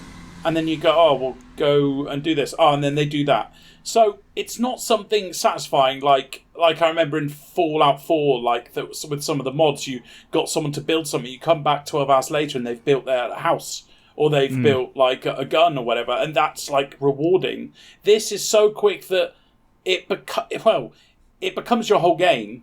And then it's also immersion breaking, because then when you go away, you're like, my colonists are just standing there, and you come have to back. Micromanage everything. You have to either micromanage it or accept that nothing's going to happen, which is right. Both options are shit. Because one is I'm just clicking and telling people to do things, and which, by the way, which you can do yourself. The idea of these games, like, I feel that the idea of this mechanic's supposed to be like, oh, you can get all your colonists to do X, Y, Z, so you don't have to, and it frees up time. No, it doesn't free up time, because they're doing it at the same pace as you, so you might as well fucking done it in the first place. So that kind of, because of that, it makes that whole mechanic obsolete. Which is really savage, because if you haven't got a storyline, then you have to focus on those side bits, like building up your colony, building up a nice house. But then that's not rewarding, because you're just watching your colonists either stand around or they're doing the things that you could be doing. Yeah, because they're your own stories that you're building. Yeah. And so so it's hamstrung. All the stories. The gunplay's great. So there you go. There's a positive. The gunplay is fantastic. Like the thwack of the guns. I'm talking next level. Like I've never experienced it in a strategy kind of like colony building game ever. Like it's almost weird. It's almost like they've spent all their budget on the quality of the gun sounds. So that's positive. But the problem with that, like the fact that all the side mechanics are so bad, it just meant I just ran around shooting things. And then after, a couple hours, that obviously gets very, very boring. So, nah. This game is mixed on Steam, with only 41% people saying something positive about it. And the thing is, I know where people have come from. They have come from playing Terraria, they've come from playing Starbound, and they've come to play this game because it is like a kind of an homage to them. But this game is nothing compared to those two. Like, those two have story, they have good side arts, they've got good mechanics. This game is almost like someone's tried to make like a mixture of all these games, but just have failed at every single part of it. I'm not going to shit on it too much, because I bet some people could find some pleasure in this game, but I am massively disappointed. Coming from Starbound and playing this game, I was really, really disappointed. And I have given it a chance. Like, I played it when it first came out, and I went, I don't like this, but maybe it's because I'm playing other games that I'm enjoying. And then I played it 2 weeks ago, up until a few days ago, and yeah, pretty poor. Early access, good question. I don't know. I mean, it's on Game Pass, and it didn't say game preview or anything like that. So, but it kind of sounds like early access, doesn't it? Got Starbound up here. Got Steam search. Farworld Pioneers. No, it's full release. Oh shit! Ah, dear. Yeah, really disappointed. But hey-oh, swing and a miss. Unlucky. Okay. Well, that's. Sorry, boys. I'm normally quite, upbeat slightly about these things, but yeah, that one looked right up your street. That is that's a roaring shame. Well, haven't you realised recently, like when I'm reviewing all these games, I try and bring a new game to the table each week. Haven't you realised I talk badly about the games that I think are going to be my type of games, and I speak very positively about the games that I know aren't my type of games? Yeah. And it's probably because maybe I hold games like this in a high regard, because I go, this should be a good game, while I play like fucking Tinykin, think it's going to be shit, and go, wow, that's a fantastic game. So I don't know. Yeah. There's something there. A psychiatrist could dig into that. I think there's validity in that around gaming in general. I think you've got the nail on the head there. In the same way, people will hold certain publishers to a high regard as well. So no, I think you've got a point in there, to be honest with you. Yeah. It's a problem with, and you said with this game, because the people who are playing this game have played Terraria, have played Starbound. Yeah, that's it. The developers must know that. That's. But anyway, okay, let's move on then. Let's move on to our feature, much anticipated. So Starfield Early Access came out last Friday. We're recording on a Monday. Eddie hasn't played it because obviously he is waiting for the full release on Game Pass. The rest of us all got involved early. Just to start us, hours. How many hours have we all put in? Donnie, 0. How many hours you put in? Oh, Kirk, how many hours you put in? About 10 and a half, 11. 10 and a half, 11. Donnie? 28. Ooh. 28. Ooh. I'm 18. I think Pete's about the same as me. Just before we go any further, Donnie, did you not have anything else to do over the weekend? Or I had my kids this weekend. That was the funniest thing about it. I had late night. I struggled to get out of bed this morning, mate. I'm not going to lie. It was it was big shifts. Okay, it was fair. Okay, it was big shifts. Good. So this game, when it dropped, the Metacritic is sat, I believe, around an 88. Yep, is that correct? Something around an 88. OpenCritic very similar as well, 88, I think. So scored well. A lot of people may have been hoping for higher. I think with an RPG like this, you're always going to have parts of the RPG which don't land in some people's eyes or whatever. And I think that's a great score. And I think Xbox needed it. We knew that it was Xbox's big push and the first of many first-party releases. So how do you think the Metacritic went down, that score? I think it's a great score in isolation, but I said to you, it's not a great score for this game because of how it was hyped as the saviour of Xbox, the game of the gen, all that bravado and bullshit. I think people felt flat seeing the 88, but I said I wanted a score about an 86 because then neither side can have any bullshit on Twitter and just enjoy the game. Because see if it was 95, all the Xbox owners are going mental on Twitter. See if it was an 80, the ponies would have been doing it. Where it is, no one can have any cheap shots, just go and enjoy the fucking game. And it seems as though most people have done that. So, yeah. Do you know the amount of people on my Twitter playing the game, and it's, okay, there's a few pot shots at this, things that have been taking like screenshots or little clips, but for the most part, everyone's going, just playing the game. Great. Yeah, that's what I'm seeing as well. That's what I'm seeing. Yeah. People have kind of shut up about it. Yeah. It did. Stop talking, start playing.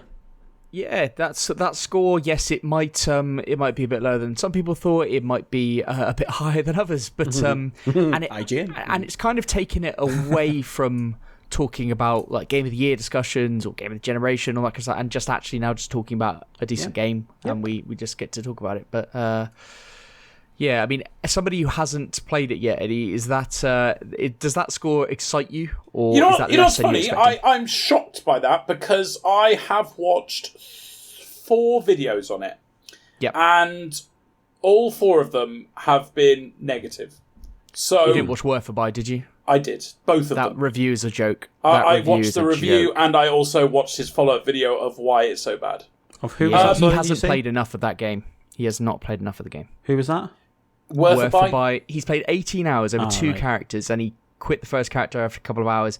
That man has not played enough of the game to make a judgment. So, like, I'm watching this, and in a weird way, I was quite happy hearing about this because I didn't want people going like it's the best game of all time. And there was 2 comments in, I think it was either his review or Before You Buy, who said this game isn't setting the world alight, but if you like your Fallouts and your Bethesdas, you will have a lot of time to spend in this game. And that's the exact kind of sentence that I wanted to hear. Because, let's put it this way, a lot of people did not like Fallout 4. Even people that like these kind of games, like Pete. Pete says Fallout 4 is shit. I went and heard all these reviews of, Fallout 4's okay. And I chucked probably like 2,000-3,000 hours into that game. And I've come back to it probably 10 to 12 times. So if people are saying that this game is you'll like it if you think, I'm excited. I'm excited. One thing I'd like to say on that, and I kind of picked on Word for Buy there, but there are a lot of people, YouTubers, that are releasing reviews of this game and calling them reviews when they didn't get a review code. So they have pretty much played it from Friday, and then they're releasing a video, and I think it's almost insincere to be, we're not reviewing the game now because we haven't played it all. These are impressions, and it's almost insincere to, with a game like this, to give a full opinion and so one-sided. So and this isn't necessarily their fault, but I saw a lot of these come up where, yes, like Worth a Buy said, he did not get a code, so you know that he's played this on the release. Yes. But it's also not their fault because if they're not getting their videos out as soon as humanly possible, they're getting lost in the wake. So I think I completely agree, Ben. They should not release their opinion, and they should definitely not. And here's another problem with our YouTube culture is they're going to have an opinion. They're not going to sit on the fence. Because sitting on the fence does not get you clicks. Sitting on the fence does not give you likes. Be it going balls deep, either this is amazing or this is shockingly bad, that's what gets you likes. So I know, you're completely right. I just think, and there's nothing wrong with them releasing a video. I just don't like people being so complicated. So, for instance, with Word for Buy, he did an Elden Ring video when it first came out, didn't he? And then 9 months later, he declared it as an amazing game. So it's... I don't know.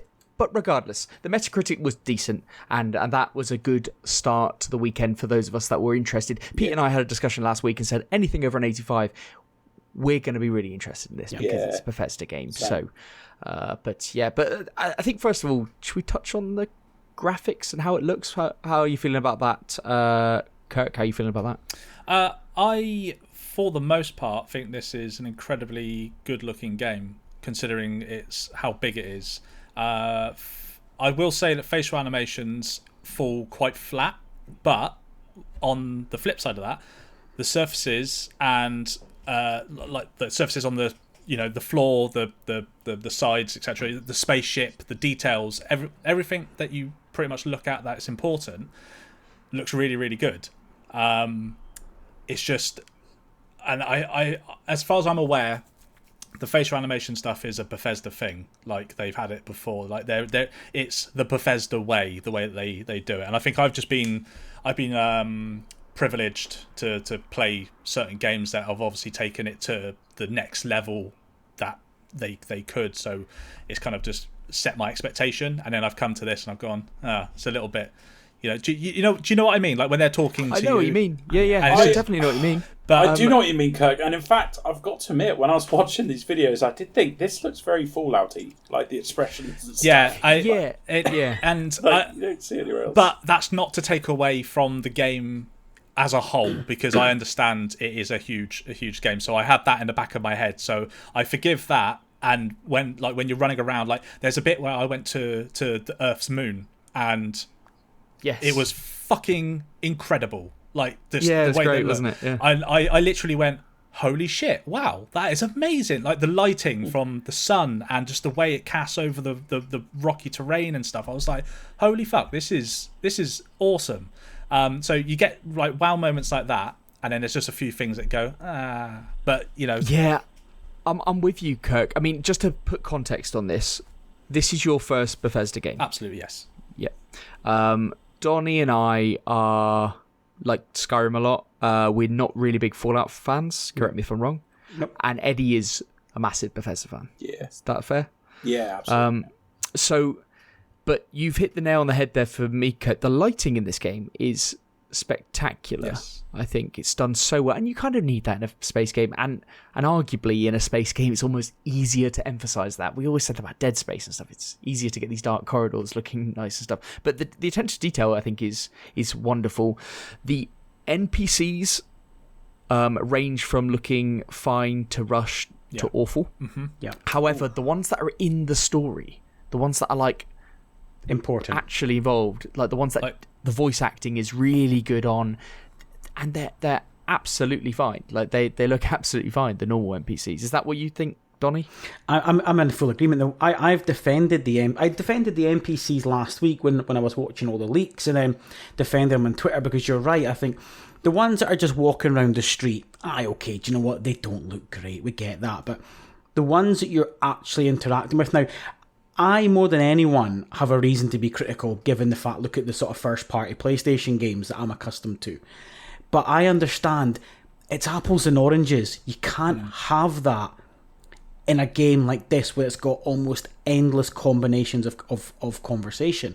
Yeah. It would be years on mocap and development for that. Yeah. So you have to draw the line somewhere, and I have no issue. I think the interactive NPCs are absolutely fine. Obviously, at the moment, I've got Sarah on my ship, who's fucking lovely and just so charming. I'm enjoying the conversations with her. I think it's fine. I think people are nitpicking the background NPCs, which they do look pretty fucking freaky, but they don't always look great in PlayStation first party ones either, because they don't need to be. They're in the background somewhere. I think, that's the key thing, isn't it? The background. Like, I don't even think about the background NPCs. Like, they talk as you walk by, but they're there to be their content in the which you're there just to add to it, isn't it? So it's world building, isn't it? Yeah. Yep. But you mentioned the companions there, Donnie, of which there are many, and you have so many options, and everyone has like a different favourite, I imagine. What I do really like is that they make everyone feel very meaningful when they're talking around you. They get involved in the conversations that you have in the game. Yeah. Like in the random quests, they get involved with the random, like, what's going on, and they say things, and you actually learn about them as characters. Yep. Very, very good. Like, that's I would just like to point out, because I need to say this now, because I might forget. You know Vasco, the robot that you first meet? Yeah. I put my name down as Kirk on my character select, and when I meet Vasco, he says, "Hello, Captain Kirk." And that's cool. He actually said my fucking name. Yeah. Oh right, that's quite normal. Yeah, they had that. I know. I There's a was list. amazed the fact they said Captain Kirk. No, because I'm a captain. Because I've just been given a ship, basically. But it's the fact that I was just like, hold on, it recognised your name. it recognised my Very name, and I was like, there's a list of names that it's applicable with. If you, there's a big list. I had to look up on Fallout 4 because they didn't have Eddie, but they had Chris, so I had to change my name to Chris. Nobody says hello, Captain Apache. No one says that. See, they've got Donnie, but they've got the Donnie Osmond spelling, and out of principle, I ain't changing it to that, so I'm just leaving it as is. So the graphics in general, then, I suppose this leads nicely onto. Oh, so can I just say frame rate. on graphics, just that I agree with what you said, Kirk, in that some of the graphics do look great, and they do. See things like inside your ship looks amazing, and you know when you go to the lodge for the first time, you walk into the big library. I thought looks brilliant. Mm-hmm. But then there's times where you walk around New Atlantis, you're like, oh, this looks very bland, and the foliage. That's looks, correct. Yes, I jumped through all the foliage, and I was just like, oh, like you can tell the way that it's kind of like super flat on like certain angles. Yeah, you can jump on the tree. Yeah. You can actually jump on the trees like they're solid objects. But then you go to Aquila, the western town, and that looks fantastic. Like that looks so. There's just there doesn't seem to be much consistency, which is a shame. But that's a good point. Because Aquila looks stunning. I was like, this place is brilliant. But New Atlantis also looks really good at times and in certain light and towards nighttime and stuff like that. Like it is interesting how this game both looks spectacular and dated at different times. But regardless, it is Bethesda's best looking game by a country mile. One minor thing just before we move on as well.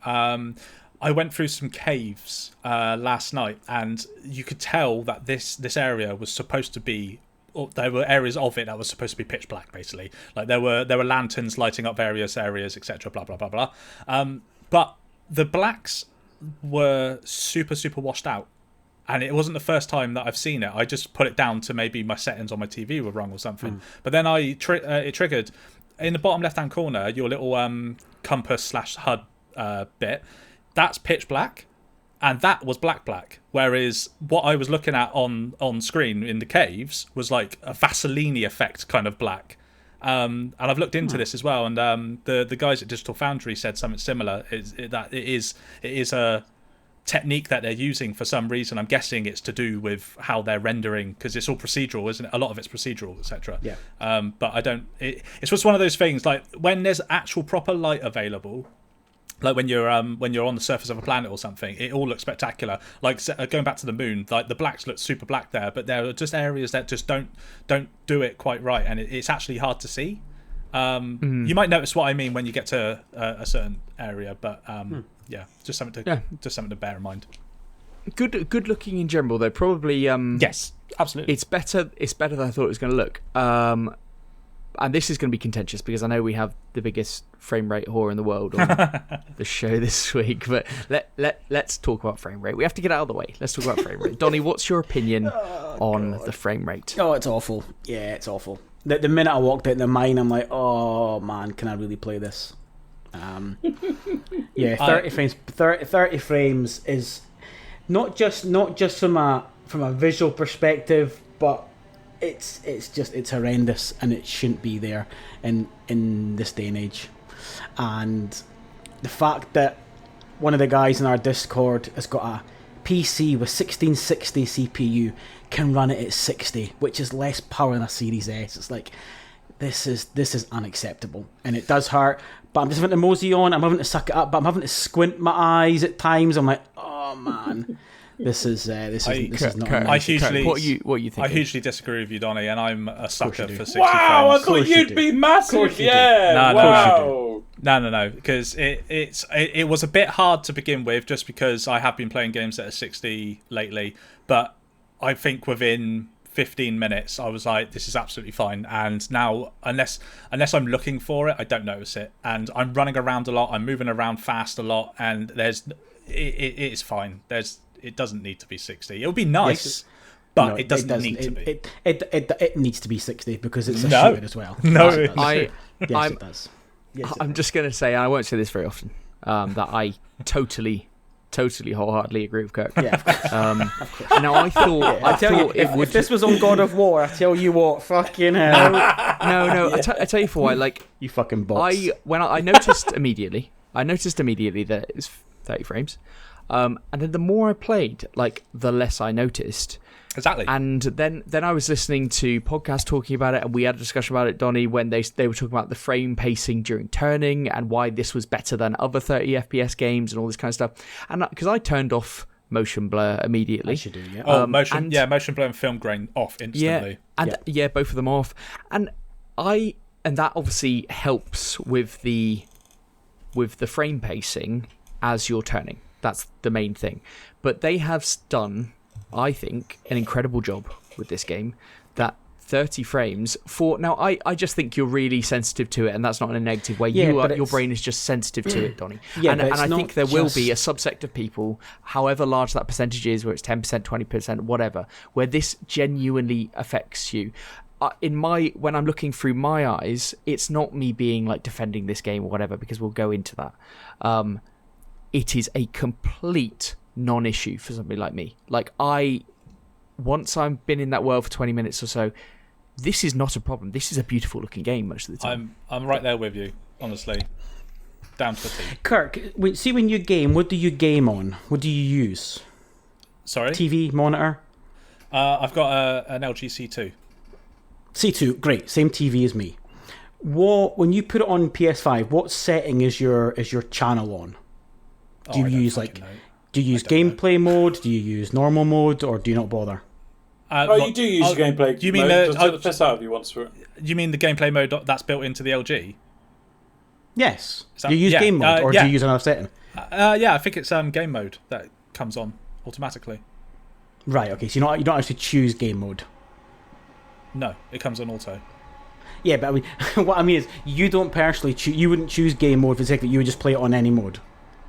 Well, I don't know. I don't know the answer to that. I don't. Okay. Where are you going with No, this? just because the thing is, the reason you put on game mode is because what it does is it increases or reduces your latency down. That's the whole point of it. Yeah. And when you play games at 30 frames per second compared to 60, you're doubling your latency and reaction time. It's not just a visual thing. It's a first-person shooter. So if you're quick enough to say, 30 frames is fine, well, you're getting double the latency. Why bother with gameplay modes and things then? It's not just about it being, it's smooth. It's other factors as well. Yeah, but it's better than not having it. Yeah. I mean, basically, whatever's going on with the TV and the Xbox in the moment is doing an absolutely fine job. So that's what's important, because I'm getting a good end result. So, but I think you're sensitive to it, Donnie, and I think that's just. I think this is going to be person to person, because you think it's madness that we are finding this fine, but it's not us just coping with it. I know, but I think we are not seeing it. No, I think it's coping with it, because I think if it was 60, you would choose 60. Yes, I choose 60. Yeah, definitely. Yeah. Oh, choose 60, but it's also, if you have the option there, you would choose. Still looks good. Yeah, but exactly. I choose 200. Just as you would. Like, I don't. We're not saying that we wouldn't. I just think they have done a good job. It's more noticeable in other AAA games that I have seen. And what really helps is the fidelity in this game is excellent. Yes. Like, the image that they are putting on the screen is the image they are trying to put on the screen. You play that new Star Wars game. What was it called? Jedi Survivor.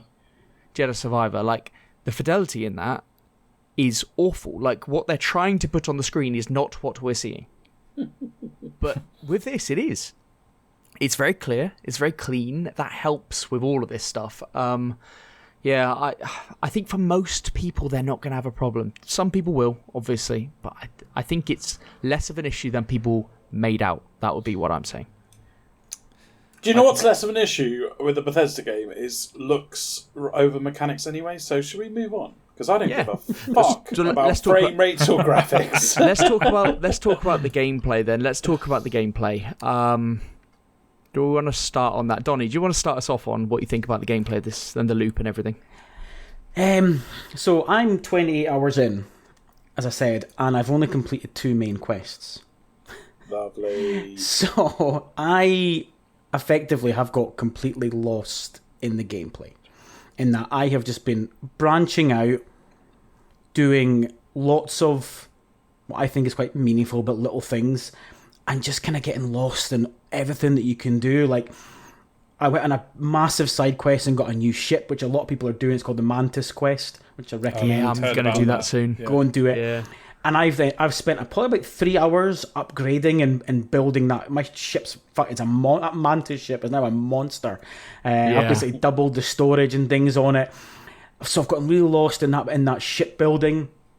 I've built 2 outposts on 2 planets, not to build towns, but I've got one refining lead and one refining uranium, just to test out how it all works. I just want to do little things. So built little solar panels, built a storage box so it can pump it into a storage box and keep it there for me. These little cool little bits that I've been doing, you know. I've recruited a couple of people for my ship as well now. So I've just been trying to experience lots of little bits, but kind of forgetting about the main quest, and I kind of need to now go and do that. Donnie, I've got to ask off the back of that. This sounds, what you've just said there is my perfect thing in a game, mechanically. Is there, how do I put this? Is there reason for doing these things? Because I love building an outpost and spending a whole evening doing that, right? Yeah. But there needs to be a purpose to do it.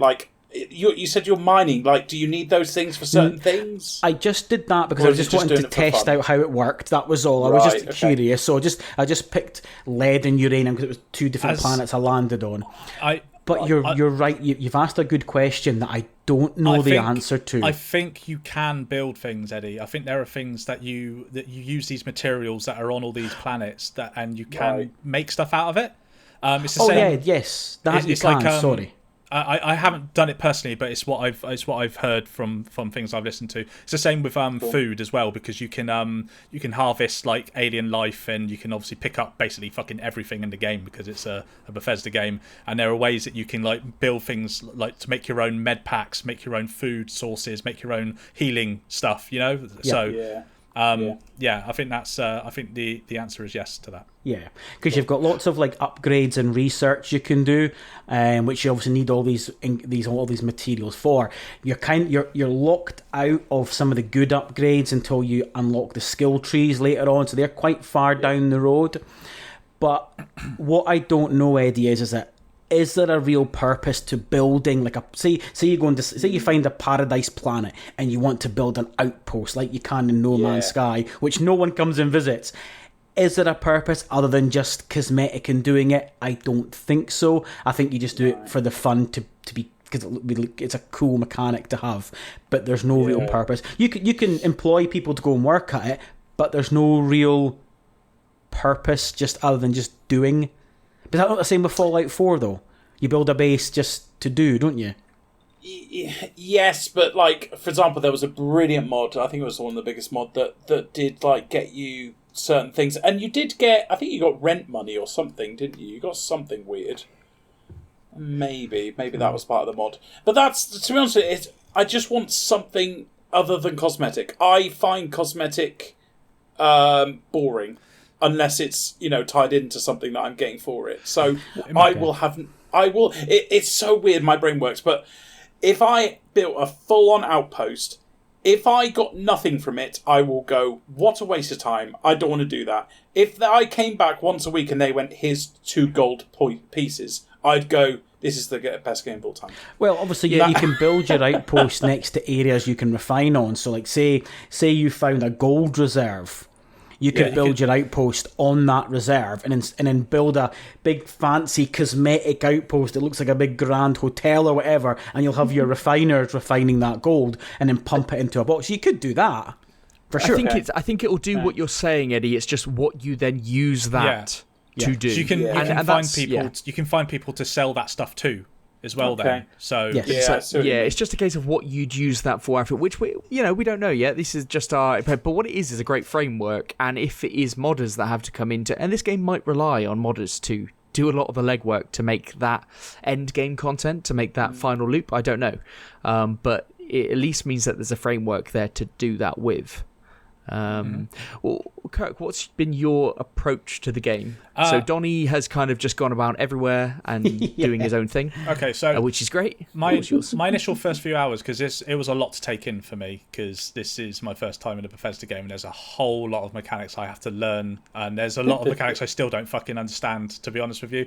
I will just say, as a very quick side note to that, there's an area where I had to go aboard a space station, basically, and I spent 15 minutes circling this small little space station in my spaceship, trying to figure out where it was I needed to dock. And it turns out I just had to press A on the space station for it to come up with hail or dock at this place. That happened to Craig as well. And I'm thinking to myself, are you fucking serious? Like, I didn't know that. No one, like, it should just come up automatically when you get close to it or something. Like, I died in the process, because when you get close to an object in space, your shields come down. I'm like, for fuck's sake, how do you do this? This can't be this difficult, surely. Obviously, it's not. Yeah. So basically, yeah. Sorry, I went off on a tangent. That's okay. We'll talk about travel in a minute. I've done a couple of side missions, nothing too major, but I have mainlined the story for the most part. But I would say I am interested to see where this story goes. Obviously, I'm not going to say anything, so if you are listening, don't worry, there's no spoilers. It's just I just don't know how I feel about the game as a whole. Like, which we can come to nearer the end, because there's so much going on, and we've spoken to about, like, I like a game that values my time, and there are just these niggles, like the 15-minute fucking space exploration thing, which didn't value my time, and I'm thinking I would just like to get on and do something, but to do the main story I need to be here, and I don't know how to fucking get on here. Do you know what I mean? And another one was I was low on health. I went everywhere. I searched everywhere to try and pick up med packs and food and stuff. And then I'm thinking to myself, well, I can't find anything. There's got to be doctors or like a hospital around or something. But there's nothing that tells you where these things are. Well, Can I interject there? Yeah. Just very quickly, I think the problem you're going to have, Kirk, is Bethesda games. I would say their biggest strength is getting you lost in a game. As in, you will look at the time and you'll go, holy fuck, it's 4 a.m. You very much value your time, and you have limited time, so you want things done. And the problem with that, I'm not saying it means you can't play this game. I'm just saying you won't... Bethesda's biggest strength is something that you think is a weakness. So I do think you'll struggle there. I get that, but I just on the flip side of that, like, maybe would it hurt to have a map that if you've passed somewhere that was a notable point of interest, like a medical centre or something, just to put it there so that you know. I do agree that the maps are awful, but it is interesting, because we had both had the same experience of saying we need a med pack. And so I just went searching in New Atlantis and found the shop and went to the doctors and bought med packs. But I can understand that you could go the other way, and if you just didn't think of doing that, then you'd have an issue. What's that western town called? Aquila. I think I went into every fucking building that was there, and I couldn't find anywhere that I could heal myself. And I'm thinking I can't go to the next mission because I'm like low on health. I'm coughing. My vision's going funny. And just I was like, I need to fucking fix myself before I get on to the next bit. So it's a grievance for me, because I'm just those things will get sorted over time as you just realise how that stuff works. Yeah. The one thing that you said there, and there's no knock on this, but you said you're like doing a lot of the main story, and I started the game by doing a lot of the main story because I heard that it's important to do the main story because you get certain things during that story that make your playthrough much better. Yes, I have gotten to that bit. I think that's nonsense. I think the way Donnie's doing it is perfectly fine. Pete's doing exactly the same, and I was doing the main story, and we're not going to go. We'll go on to our thoughts on the game, but I was, and Donnie can attest to this because I was messaging him about it. I was quite negative about the game after 7 or 8 hours. I was like, I actually said to myself at one point, like, when does this get fun? Like, there's not a lot going on here. And I was doing a lot of the main quests, and it was about a 7 out of 10 at that point. But then I just went, fuck it, I'm just going to do what I want to do. And I joined the Vanguard. That's the thing that I did. No spoilers in this, but I joined the Vanguard, and my God, it just got infinitely better. Like, the game was, fuck, this is what I came here for. You know, like on Skyrim, where you go like, I'm going to go and be a werewolf. I'm going to become a vampire and stuff like that. That's the cool, that's exactly what this game has got. Because I was searching for that. Just the main quest, I bet it's shit. I've never tried that, but I bet it's shit. You bang on. And that's the problem. Bethesda game, you've got to realise when you go into this game, it is a Bethesda game. There are so many hidden stories and paths and everything else. There are the side quests that I'm doing at the moment are main quests. They feel like the main story. I'm going on this quest. I'm like, how is this not the main story? Mm-hmm. This is more important than anything else that is going on in this story. This is the most important thing, and that's so fantastic. Like the moment you realise that, like in Skyrim, I used to go and look at the wiki one night and be like, right, I really want that item. And then you go out and get it, and then you power it with a gem, and then you've got to go to these caves to get more gems because they're going to run out all the time. It's just this huge, big thing that you're embarking on. That is what this game has. It's just that you don't know where to find it to start with because it's a brand new fucking Bethesda game. Yeah, I was in a solar system, and I went to a planet just to check its resources, and then I got a ping, I got hailed from the planet, someone, like an SOS. I was like, all right, and it didn't think too much on it. And then Sarah went, oh, we should go and help them. And as I'm trying to shag her, I thought, okay, I'll go. And then I landed on the planet, and then I ended up doing like a 2-hour side quest. I'm like, this is fucking great. Like, there was no marker or it just hailed me now. I'm assuming that well, no, because it was fixed on the location, so anyone who goes to that place would get that same quest. I think I've got the same one. I had a similar thing as well, where I was just hailed randomly. People were, need SOS, go down there, and then suddenly you're hours deep. Yep. Yeah, just stuff. Just kind of get lost in that, which is good because that's what you want. And I think a lot of the things I've done are quite varied. Yeah, there's a couple of fetch quests. There's a lot of go here, take that base out. But that's fine. Every game has that. There's not a game in the land that's not got go to location A, kill every fucker in it, and collect your bounty. That's part of it, you know. And I've built my ship up now with extra storage that I can hopefully get some bigger and better deliveries as well, and go and like do things like that as well. So that's pretty fucking cool, you know. I joined the Vanguard as well, so I've done that. I've joined on Aquila. You can join the Rangers. I've done that. So I don't think this is a spoiler by any means, because I don't. But apparently the Ranger quest, if you see that through, you seemingly get a really good ship at the end of it, so that's worth doing. Nice. Or they give you a ship at some point, so I'm like, oh, okay, because I'm determined that I'm going to build a Millennium Falcon.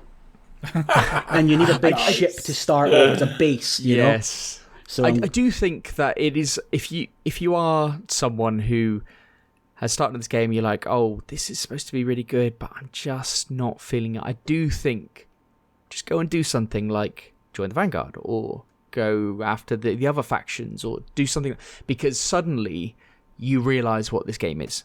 Yeah. And it really does take you, and my happiness levels just went up so much. And I was like, that was it. Then I was in. But one of the big contentious issues is the travel system. Yeah. Oh, and dog shit. Eddie's going to want to hear about this, and so. Eddie, I texted Ben last week. I was listening to the podcast last week on the Wednesday. Actually, I remember where I was, and I had watched the leaks and read so much of the leaks before. I wanted to know what I was getting myself, because I was still, this time last week, I still didn't know if I was playing this or Baldur's Gate 3. I was torn, and I heard you say the words, oh, I hope there's not a lot of fast travel. I went, oh, poor Eddie. And I texted Ben, I went, poor Eddie, because I knew at that point the travel's dog shit. What pisses me off. Talk to us on why you think it's because there isn't any travel. It's just a fast travel. It's just a menu based fast travel. We've gone from 3 weeks ago being told you can explore anyway to going, Not really. You can fast travel everywhere if you want to. And I know, Kirk, I thought, were you jumping in to say exactly the same as me, or? Yeah, well, just I've actually the fast travel system I appreciate because it takes the time aspect away for me. Yeah, which I like. love it. Yeah. But I am forever spending my fucking life in menus to go to wherever I need to go, which is just a fucking game in itself. Yeah.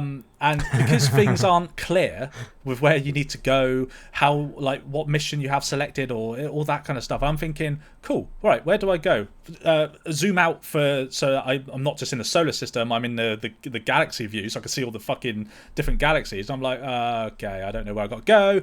And if you want to jump to another solar system, you have to be on a specific line, and if you haven't traveled to a connecting solar system, you can't go to the one you want to go to first, and that's just fucking shit, in my opinion. Like, no, yeah, that bit I don't mind, actually. That I don't mind. I just want to go. I want to go to point. I want to go to point Z, and I shouldn't have to go. Kirk, I question if you even want to play computer games. Like, no, that is the opposite. Like, no fast travel, no nothing. You want to experience the game that's been built for you. You don't want to... fuck me, Kirk, if there was a button to just go to the end credits, I bet you'd fucking press it, wouldn't you? Eddie, right. To this fast travel thing, I didn't know that you could just...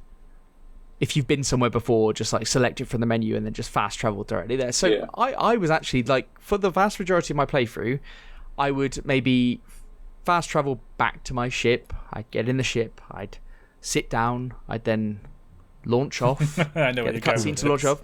Then I'd look at my screen, map and no, I'm not going to complain about load screens. I don't give a fuck. Like, people complain about load screens. Oh, it takes out the immersion. Shut up. We've been playing these fucking games for years, and they've been doing exactly the same fucking thing. The load screen is 3 seconds long. Get the fuck over yourself. How entitled are you? This is a huge fucking game. But what I'm saying is, you can travel, and you get your ship, and you launch off, and then and it feels totally, the immersion is solely there. Then I go to the next fucking star system, then I go in there, then I select the planet, then I go down there. Like, it does feel like I'm doing it. Now, okay, that's how I was playing it. Good. Eddie, and Eddie, you said it last week. Like, the fast travel, you don't have to use. You don't have to. Yeah. Oh no! That's not the case because you can't get anywhere. No, what I'm saying is the steps are that you can step it. You can step it, and it feels the immersion is totally there. Okay, hear me out. See everything Ben said. I'm going to say the opposite. Because I said that you can do it. Well, no, everything that you've just said, I'm going to say the opposite, because the one thing this game does every step of the way, the big negative for me, is it breaks your immersion at every step. This game reminds you you're in a video game every 15 minutes if you're not on a quest. Yeah, it's a constant reminder this is a video game. I know, I do get that. And space... But what do you want it to do as an alternative? Give me freedom that Todd Howard promised me to actually, because they can't do that. Games aren't capable of doing that. What do you want to do? But says who though? Says that this is the biggest game that's out there, and that they haven't done it. So that it's the biggest game out there, to be fair. But space is basically a map. It's basically a map screen. It's like playing Assassin's Creed Valhalla, and just selecting points from York to London. That's what space is.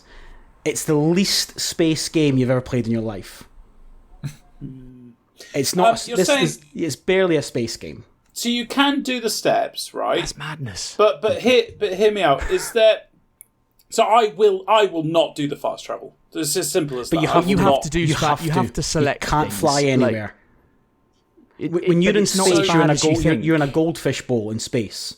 All I'm just saying is it's not as bad as you... Well, yeah, you could... I mean, Alana Pierce literally flew to Pluto. Like, 7 hours. But then, 7 hours, and then you can't actually fly into it. You just fly to it.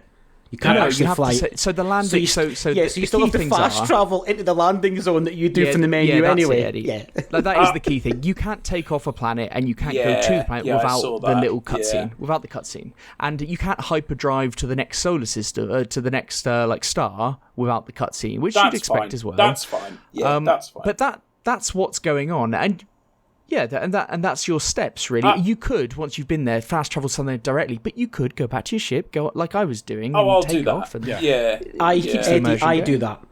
Because I feel as though it's losing the immersion. Like, say I'm in Aquila, say I'm at the little town centre, I purposely run to my ship. I don't fast because I feel as though it's losing that immersion. Just going 1 minute I'm stood in this room, and now suddenly I'm on a planet somewhere else. I at least run to my ship. Yes, just to give me that bit of realism in a way. I've got to admit, I think the not taking off and landing on a planet is, I don't want to say unforgivable. That's too harsh. That's like a 10 out of 10. I think it is something that Bethesda should be ashamed that they haven't included. We have that mechanic in so many other games so far. My fucking Empyrean Galactic Survival that looks like it's been made on a potato has that mechanic, and it just adds that like excitement. Like the whole, what's the other space? I'm fucking forgetting it. I've played like 1,000 hours. Space game where you own a ship and all that, and you dock into space stations. The one that's been on development for years. The one it's been out for a decade, I think. Yeah, fucking. I know, this is killing me. Call it the one that was on.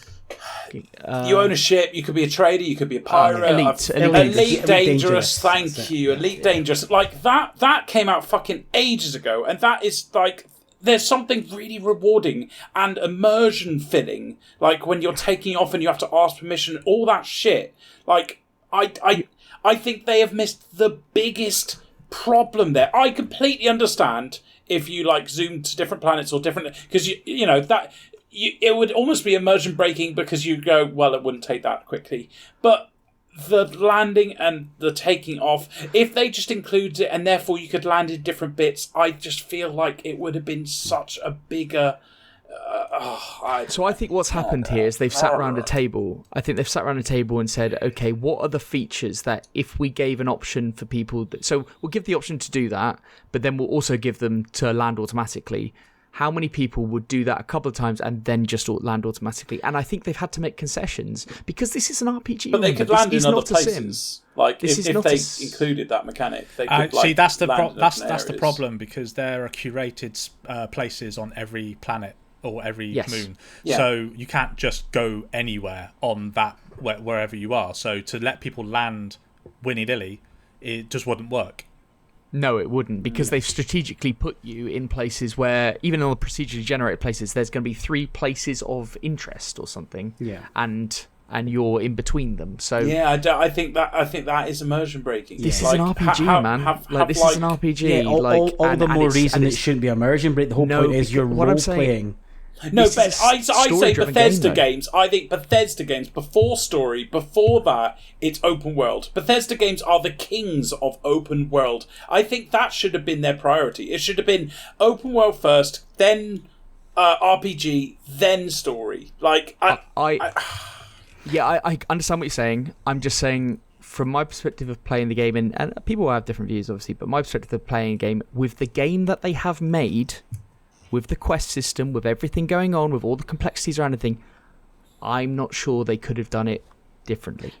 I think they've done a great job of convincing you of that, given all the marketing they did, and you've bought what they've said. You've done a great job at trying to put me down. Eddie, what I was going to say is, see the takeoff and landing thing. I don't mind that as much. Yeah. To be honest with you. And I think once you play this game, I don't think you will. For me, it's the bit when you get into space, you've got your ship controls. And what's really cool is that on your left-hand side, you can adjust all your missile. You can put power to your engine, power to your shield. Yeah. It's quite cool. You can select... So that's... But you don't do anything because you're in a goldfish bowl and you don't really move around. And that's the bit for me. Like when... You say that when I grav jumped into a new system, and the first thing that happened was I got into a dogfight because there was a fight going on already. So I don't agree with that. It's fine. The dogfights are cool, but you're still in your little goldfish bowl. You still then can't. You're not going anywhere. That's the thing. Say there's a planet behind you and you start thrusting out to chase someone. If you turn around, that planet's still right behind you. If you know what I mean. It's just like when I'm trying not to compare it with No Man's Sky because that's not fair. They're totally different games. But when you're up in space, I can go to that planet in front of me. Whereas in this, I can't. He can't even really go to it without waiting 7 hours.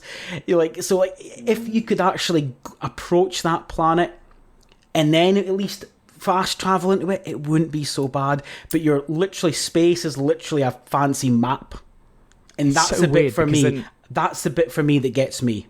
Not so much if to you take off and land in. If you could just go somewhere in a minute, people would say, "Oh, it's not that big," or whatever. It's so weird how people. But that's the I think, opposite. Though, complain fast about traveling everywhere from his worst. the opposite thing. Yeah. Like it's supposed to say how vast it is. Look, some people aren't going to like it. Some people are going to complain more than necessary. Some people are going to complain adequately in their mind. I don't know, but I think when you start playing, I'll be interested to know what your take is, Eddie. That's all I'm going to say on it. Because I think this will be. You might love it. I think because I've said before that in Fallout games, in Skyrim and all Elder Scrolls, like I travel from A to B because I like the experience of A, immersion, and B, knowing that something could happen along that journey. I hate more than anything the pressing start, clicking there, arriving there. So I'm really intrigued to see which way my brain takes I'm me. curious to hear your thoughts after a few weeks. Yeah. Because like I said, for me that it is a big thing for me, because this is a space game that you spend no time in space really. You know, like going from planet to planet to planet, you might as well just be going from zone to zone to zone in Assassin's Creed or Cyberpunk. Do you know what I mean? So, but what I would say is that the travel things, minus or forgetting the frame rate stuff, but the travel, that's my biggest bugbear in this game, and it does annoy me. But the positives are so fucking good so far that, as much as it grates me, I'm still loving the game, and that's the thing.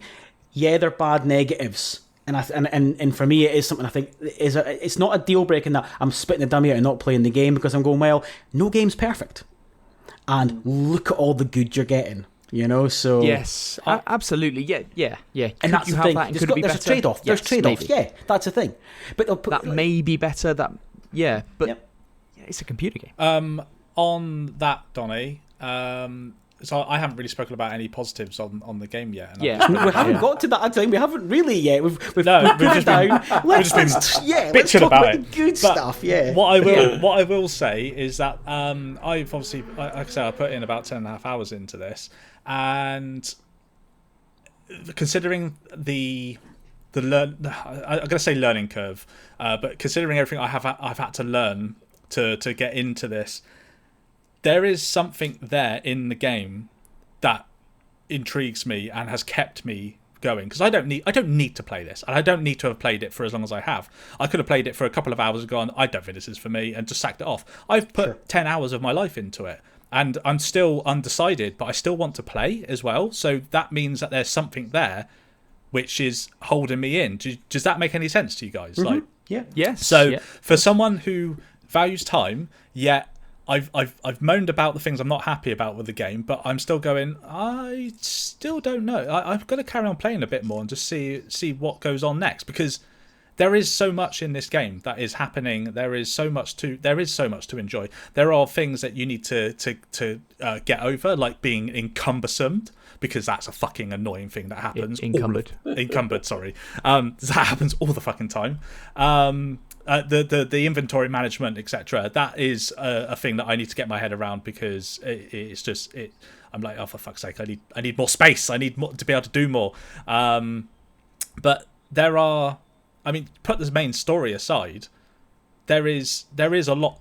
Sorry, I can't remember who it was that said it, but I do feel myself in some way getting lost in it, because I'm just interested to see what's what. So yeah. I think that's a fair point. That's, like I said, I'm 28 hours in. I've done 2 main quests. 28 hours. That's a great way to play it. That's a great quests. way to play it. Like I said, I spent so much time upgrading my ship. So when I go into my ship and go upstairs now, I've got little living quarter. I've got I've built the 2 workshops. So the 4 things you use to upgrade your suit, your weapons, your pharmaceuticals. Now I've got those stations in my ship now. So So Donnie, with that, because this is huge for me, you can walk about your ship and you can go to the stations. Listen, can you use stuff in the stations? Yeah. So I've built I've got the 4 workshops. So if I want to, if I want to upgrade my guns, Eddie, I can go in my ship, go upstairs, go to the table there, and start upgrading my weapons in my ship because I've built the workshops. Fuck, and I've now got 3 workers in my ship. I've hired an engineer, I've got a doctor, and I've got Sarah, who's one of the main characters that I'm trying to pump. The ship is the main base, isn't it? That is your main base. Yeah.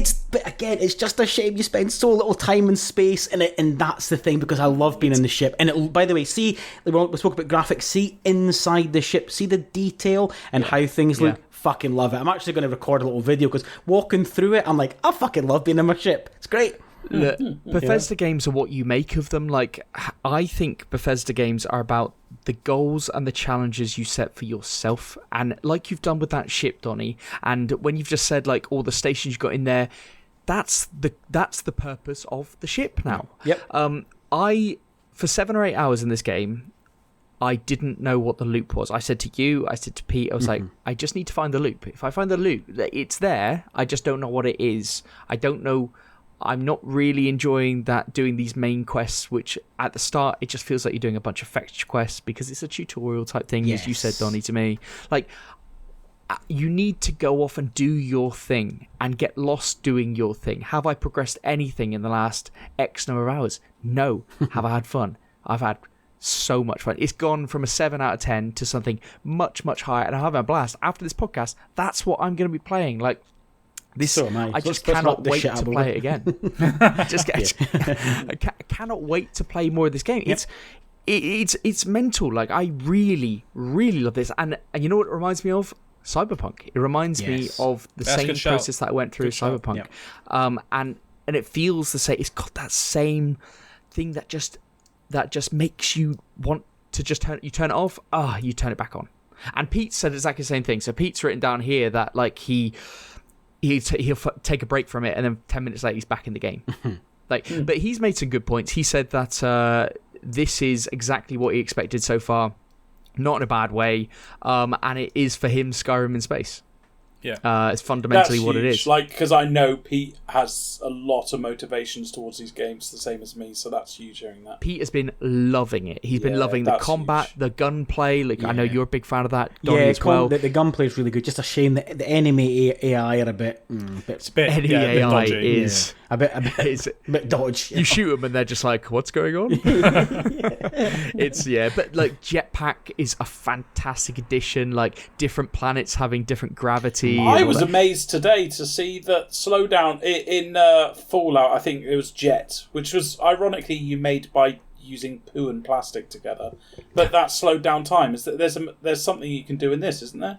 I haven't come across it yet, but there bloody might be. I thought I saw. There are some weird things. There's an inhaler called AMP. Which there you go. That's you get amps. Which either speeds you up or slow. It does something anyway. Because I had to use it. But there are as weird part of a quest. things because like one of your companions can turn invisible and stuff like that. Like, there are cool, but the monsters in it, the aliens are great. Like, it's more than I thought it was going to be. I am way more into this game than I thought it was going to be, and especially after the first 2 days of playing it, I was like, but it's just gone to another level. And that's it. If it wasn't for the travel thing, I would put a £100 bet that this is going to be my favourite game of all time. But hopefully, I don't see that. See how you get on. I still see how you get on, because these games are about keeping your own immersion. You do your own thing to keep your immersion. It's the same with all of these games, because you realise they are just loop driven. They are just the same thing, but you create your own immersion. Can I just before we wrap it up, have you guys experienced much in the way of bugs? Yeah, a few NPC bugs, floating things, one crash. But nothing serious. Nothing is game breaking or anything. Apart from the one crash. It cut to my NPC 2 times. It's cut to my companion during a conversation. They've just been looking the other way. They just looking the other way. One of them, Sarah, she was talking to the wall. Yeah, see, I think I figured out why that in the was corner happening. for not putting out. There was one bit when I went into Aquila City for the first time, and someone that I spoke to there, like my character stood to the right of him, and I ended up standing to the left of the main character. And I think the game anticipated me being to the right with my character. So when that character we were speaking to, he's just looking at my companion, and then when it actually was meant to be looking at me, he's just got his back to me the entire time. Yeah. I'm like, okay, Yeah. cheers, mate. Thanks. You get To stuck be fair, behind this is- shit all the times as well. You get stuck The behind fact- people and shit. The fact that we're talking about this is great. I think we all said before it came out, it cannot have game-breaking bugs. It can't have corrupt save files. But if there are quirky things, we don't mind that at all. You know, the old roach standing on a house when you come out. You know. Yeah. So I'm over the moon that you guys are One laughing crash in about 11 little hours bugs. I've had. So Yeah, that's Same. fine. Yeah, I've That's had one fine. crash And as well. one in 28 for me, Eddie. there So you go. Yeah. yeah, that's Absolutely. stupid Pretty little standard, bugs of really. seeing someone floating around and that. It's not Yeah. the fucking end of the world. It's Bethesda, isn't it? So like I saw a tweet saying, if there's no bugs, I'm not happy. I don't buy Bethesda games for a clean experience. You know. Yeah. And I just think I think overall it's been a good positive impression. Can't wait to play more. Yep. I'm way more happy with this game than I thought it was than I was going to be, and especially after the first 7 or 8 hours. Yeah. So If I was to give it, it's far too early to score it, obviously. If I was to give it a score, it'd definitely be an 8. I think it's got the potential to squeeze towards that 8.5. I think 8.5 is kind of where I'd probably sit, but it's certainly no less than an 8. That's came for out sure. on Friday. You played 28 hours. Yeah. You're all in. You can't, and you give it a fucking what? An 8's a great score. 8.5. An 8's a great score. Or maybe squeeze towards an 8.5. Well, like I said, but there's little things that prevent that, you know, like frames is a whole point off, baby. fucking hell, get over it, Donny. Yeah, let's not get back on frames. Let's not get back on frames. Frames and loading screens.